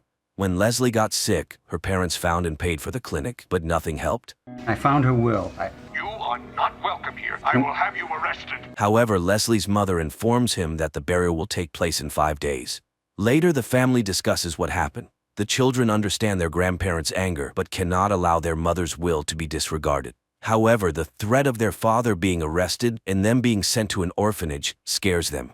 At night, Ben hears his wife's voice. What we're doing out here is so incredible. I love you so much. In the morning, Ben finds all 6 children ready in the yard, wanting to see their mother one last time. He strongly opposes the trip, but the children insist. Dad, give us the mission. Mission, rescue Mom! But Ben reminds them of the upcoming training. Struggling, Relian falls off the cliff and injures his arm, but the father reminds him, "No one will magically appear and save you in the end." The children persistently conquer the difficult peak as it starts to rain. Later, they rest at the base of the cliff. On the way home, the father suddenly stops the bus and admits that they cannot go to their mother's funeral because they cannot argue with her relatives. But suddenly, Ben stops his speech and turns on the music. They set off into the big world in their converted bus. Along the way, Ben gives the children a unique tour, showing them America's sights. Attention all campers, this is your captain speaking. Later, Ben orders them to search for any game for dinner. Everyone keep their eyes peeled for deer. Finding nothing suitable, the family stops for the night. In the morning, they arrive at a bank, and while Ben withdraws money, the children look around in surprise. What's wrong with everyone? Are they sick? Convincing the children that laughing at people is wrong, Ben tells them to return to the bus. Soon, a police officer stops them and asks for documents. Checking the license, he inquires, "No school today." and goes to inspect the bus. The situation is saved by Bo, who starts reading religious texts and says they are homeschooled. The children sing hymns and the officer hurries away. The bus continues on, but soon they stop to hunt for food. However, the children cannot shoot at domestic animals. The bus drives on. Suddenly, the children start crying, remembering their mother. The girls speak to each other in Esperanto, which angers their father. No Esperanto. I'm not joking. The children start communicating in world languages. Soon, Ben has to stop at a cafe, but the menu confuses her. Cola. Poison water. Realizing there is no proper food here, Ben orders the children to leave. He goes to a supermarket and fills the cart with groceries. Suddenly, he grabs his chest and falls to the floor. While concerned shoppers try to help him, the children steal the groceries. Ben regains consciousness and leaves the store. Driving a bit further, the father reviews their actions, and the children analyze the mistakes made during the theft in detail. Finally, Ben presents a stolen cake, as today is the birthday of scientist Chomsky. Uncle, no, it's the day of your birthday. After the treat, the father gives all the children useful gifts: a bow, knives, a book on sex education, and arrows. But this angers Relian. Why can't we celebrate Christmas like the rest of the entire world? The father doesn't understand why a mythical elf is more useful than a thinker and humanist. He offers his son to share his thoughts and convince him of the correctness of his reasoning. But the boy leaves. The family moves on. Soon they reach Ben's sister Harper's house. The woman is happy to see all her nephews, but their questions surprise her. How did you kill those chickens? With an axe or a knife? She tries to find answers and is again astonished that Ben honestly and thoroughly explains even very delicate matters to the children. Harper's husband tries to offer condolences, but Ben calmly reminds him that he couldn't stand his wife. Then he straightforwardly explains the cause of his wife's death. His sister and her husband try to end the conversation. Children shouldn't know the details, but Ben tells the children the real cause of their mother's death. Probably a form of postpartum psychosis. Ignoring his sister, who left the table, he pours wine for the children. Later, the children watch with curiosity as their cousins play video games. Ben argues with his sister, who cannot accept such democracy in parenting. I tell the truth to my kids. I don't lie to my kids. Protecting children. Harper believes that not sharing what children cannot understand isn't a lie. Her husband suggests postponing the conversation until morning, and Ben apologizes. Meanwhile, the children take their sleeping bags and set up for the night in the yard, despite having rooms prepared for them. In the morning, everyone gathers at the table, and Ben allows the children to play video games with their cousins. When the children leave, his sister and her husband try to reason with Kids need structure. They need to go to a real school. Then Ben calls his nephews and asks them questions about political science and history. The boys can't answer a single question. However, Ben's youngest daughter freely discusses these topics. Relatives are impressed by such knowledge and no longer object to Ben's way of educating his children. The family moves on. They soon stop to rest at a campground where Bo meets a girl. She is surprised by his unusual name, and he explains that his parents made it up. I'm Claire. Bodevin. Our names are unique. There's only one of us in the whole world. In the evening, they continue their acquaintance. The girl is surprised that Bo doesn't know modern pop music but loves Bach and cello suites. He lies that they recently lived in Paris and is amazed at her ignorance. He avoids questions about his mother and, after kissing the girl for the first time, declares his intention to marry her to her mother. I am ready for you, if you will have me. Will you be my wife? The mother leads the girl back to the trailer. In the morning, the bus pulls out of the parking lot and Bo waves to the girl and her mother. That day, they reach the church where Leslie's farewell ceremony is held. Relatives and friends mourn the woman when a group in bright clothes enters the church, stunning everyone. The preacher tells about Leslie, and when he mentions her husband, Ben takes the floor and reads his wife's will. First of all, Leslie practiced Buddhism. If nothing else, she had a sense of humor. Leslie's last will and testament. Finally, she asks to have her ashes flushed down the nearest toilet. Enraged, Leslie's father Jack orders Ben to be thrown out of the church. The children run after him while the preacher continues his sermon. Soon, Leslie's coffin is carried outside.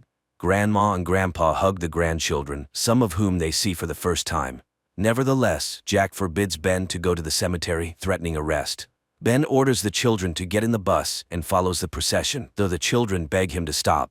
No, I don't want to lose you! Hearing the last argument, Ben stops the bus. They drive to the suburbs and stop for the night. The man opens a bottle of wine and drinks it, sitting by the bus while his sons go to a sports field and remember their mother. Unexpectedly, Relian declares, Mom had psychotic episodes. Dad made her crazy. Dad's dangerous. Upset, Bo returns to Ben and shows him letters from all the universities in America, offering to accept him for study. Suddenly, the father accuses him of lying and secrecy, and Bo confesses, "It was Mom. I just want to go to college." Ben is stunned, knowing his son speaks 6 languages, advanced mathematics, and physics. What else can he be taught? But the son becomes furious. I don't know anything about anything! Later, he receives a note from his youngest son, who ran away to live with his grandparents. Seeing his father come for him, Relian accuses him of killing his mother. You killed Mom! I heard you fighting about where we live. Mom wanted to leave. Ben tries to prove to his son that they made the decision together with Leslie, but the boy is determined to stay with his grandparents. Ben orders him to pack, but the boy shouts insults and runs away. Ben follows, but an arrow lands right next to him. This is Jack stopping his son-in-law. They're going to be totally unprepared for the real world. Jack intends to file for custody of the children. Ben refuses to leave without his son, and then Jack calls the police. Ben has to leave. Later, he and the children hide in the dark, watching the grandfather's house.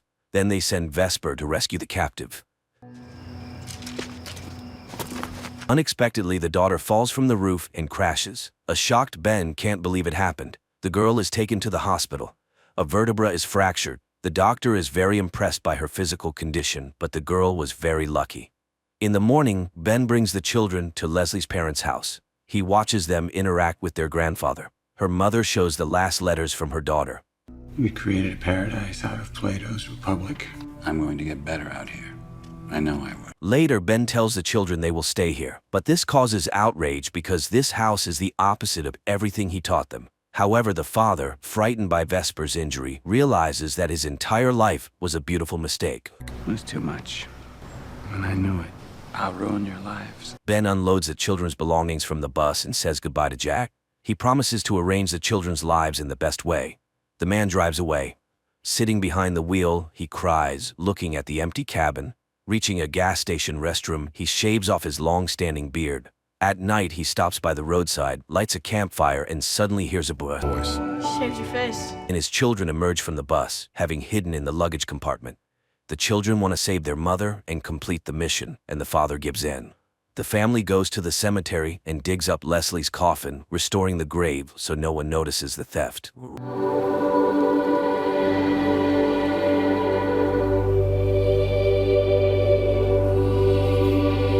Later, Bo shaves his hair and beard, earning his father's approving smile. Soon the family takes Leslie's coffin to the seaside, where the children build a funeral pyre for her, and after saying their goodbyes, light it under their mother's favorite song.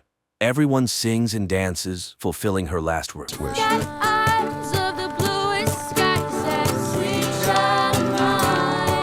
Sometime later, they go to the airport to see off Bo, who is flying to Namibia for volunteer work, and also flush their mother's ashes down the toilet according to her will.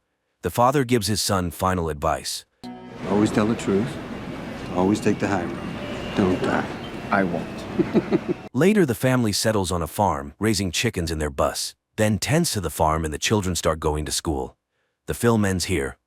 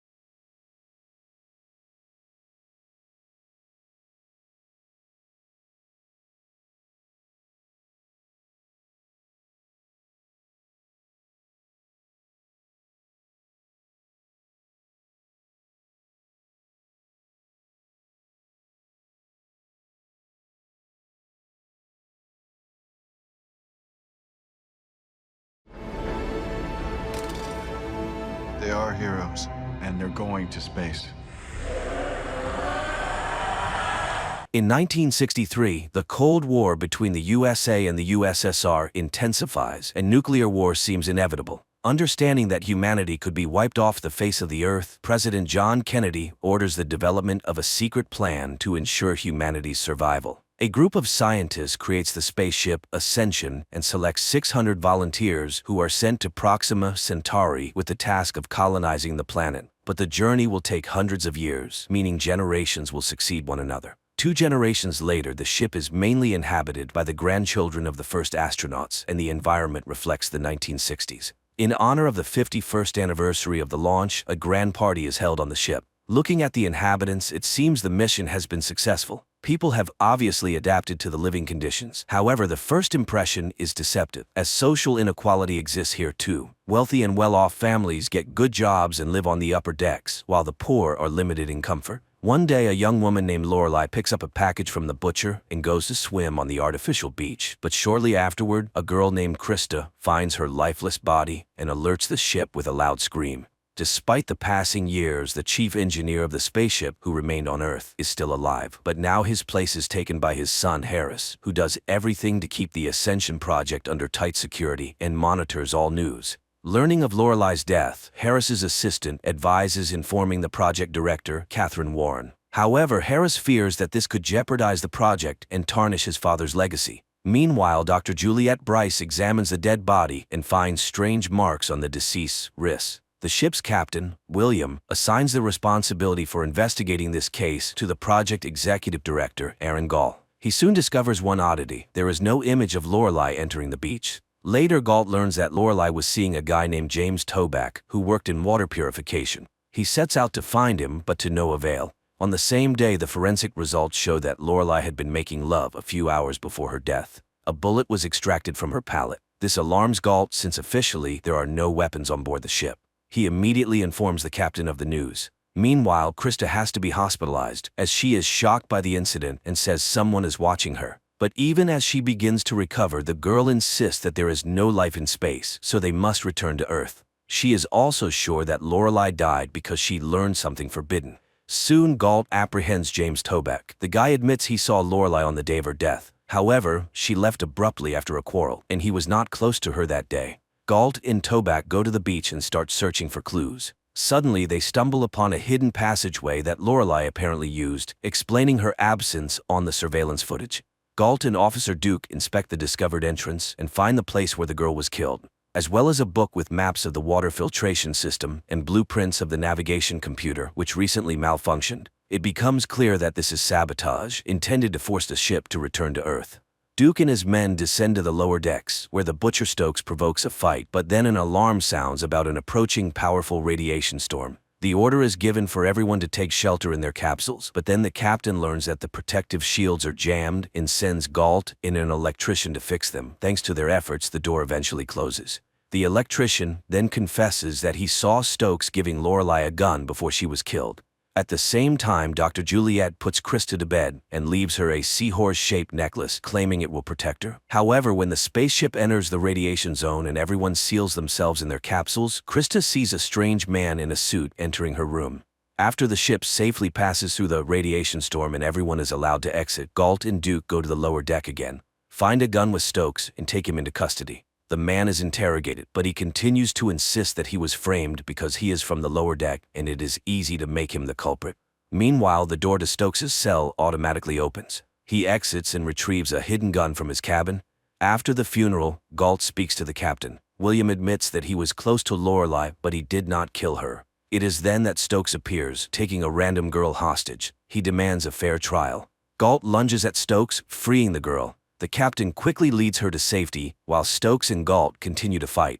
In the end, Stokes is ejected into space, but instead of instant death, he lands on an inflatable mattress where a group of people detains him. It becomes clear that the entire project is just a simulation, a test of the viability of generations of people in spaceflight. But the people on the ship believe they were sent on an important mission and have been flying in space for 51 years. Director Warren somehow learns about the recent events. Enraged, she storms into the Mission Control Center and warns Harris not to hide anything. Harris claims that Stokes is the murderer, but the director is not convinced, and she sends a consultant named Samantha Kruger to oversee the project. At the same time, an unknown man sets a bomb in the ship's cobalt generator, which explodes after some time. Harris and Kruger rush into the facility housing the spaceship. Fortunately, there are no reports of casualties, and the injured are taken to the medical center.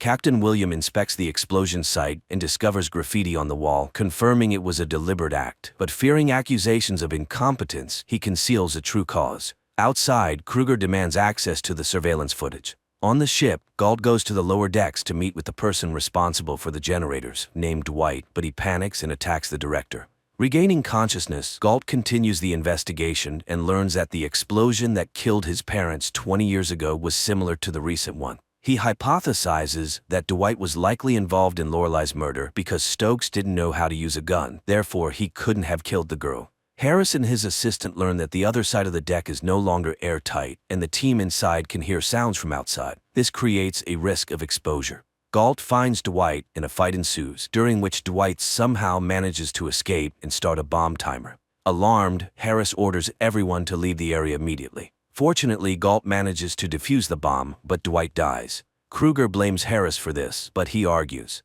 the goal of the project is to determine human capabilities. However, later Harris gives Dr. Juliet's necklace to his wife, indicating that he was the one who broke into Krista's room and stole the necklace. At the same time, Kruger begins her own investigation and discovers that several scientists involved in the Ascension project were found dead or went missing in the 1960s.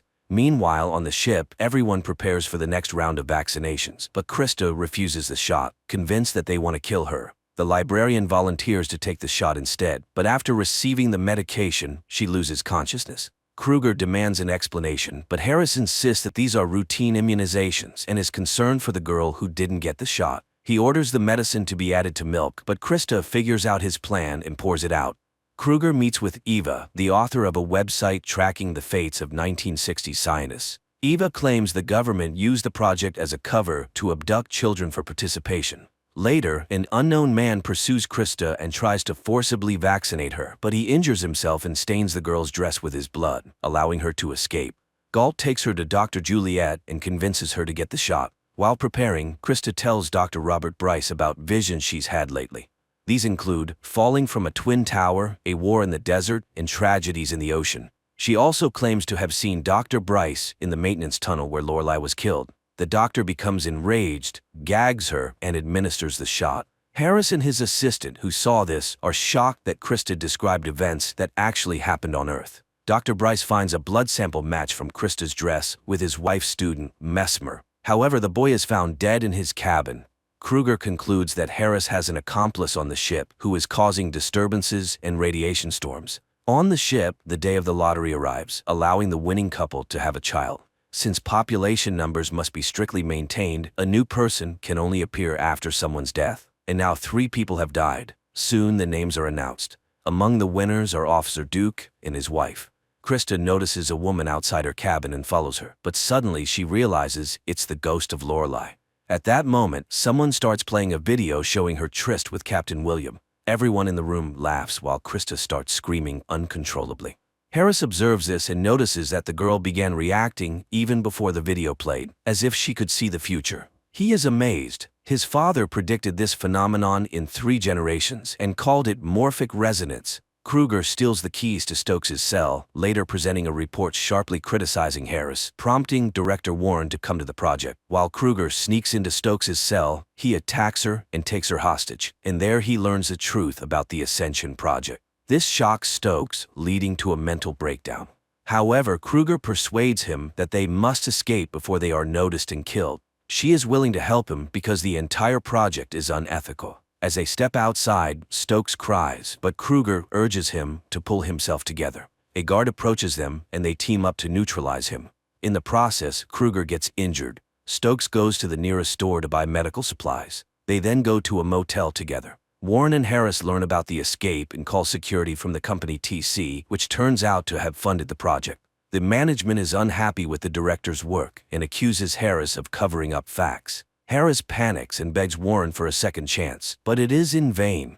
On the ship, Duke learns that Galt has started investigating his wife, suspecting her of killing Lorelai.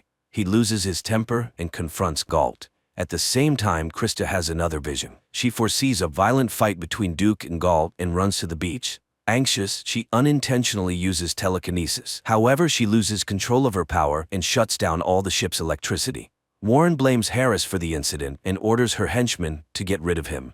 Terrified, Harris talks about morphic resonance. It turns out that Warren has long awaited this result. They rush to the control center and learn that all the ship's systems shut down due to a power surge, but the artificial stars still shine. Harris's father embedded the starlights in the ship's nuclear reactor to ensure the illusion's eternity. Harris suggests using the nuclear reactor to restore the system's functionality. Meanwhile, Toback receives a weak TV signal and informs Dr. Bryce. However, the latter sends the guy away under a flimsy pretext, then turns off the screen. It becomes clear that he is Harris's accomplice. Kruger meets with Eva and explains everything to her. She plans to flee abroad and seek asylum before exposing the project's deceit. Eva tries to dissuade her, and Kruger realizes that the journalist also works for the TC company. Eva confesses everything and shoots Kruger. Stokes manages to escape. The oxygen on the ship begins to run out. Captain William and Galt go to the lower decks to activate the carbon dioxide scrubbers and declare a radiation storm for the others to conserve oxygen. Harris concludes that the chances of getting the ship back to working condition are extremely low, so Warren decides to extract Krista before she suffocates. William and Galt realize the scrubbers are beyond repair, so they decide to clean the air manually. Krista senses someone coming to take her. Dr. Bryce confirms this, and when Krista accuses him of killing Lorelei, he confesses. The woman learned about the fake mission, and he couldn't allow the exposure. Galt and William successfully distribute lithium dioxide throughout the ship using large fans, restoring oxygen levels. At that moment, Warren's envoy arrives, and Dr. Bryce tries to stop him, but the brute easily brushes him aside and grabs Krista. Galt sees Lorelei's ghost, who leads him to Krista. It turns out he has also developed resonance. Galt attacks the thug. Krista uses her power again, making the opponents dissolve into thin air. Seeing all this, Warren panics and tries to contact the envoy by radio. She moves closer to the ship, and Harris takes advantage of the moment to push her down, killing her. Galt finds himself on an unknown planet. The idea is generally good, especially for fans of detective fiction, and one can't help but wonder, what if Earth is the same kind of spaceship, and all the people on the planet are participants in an experiment?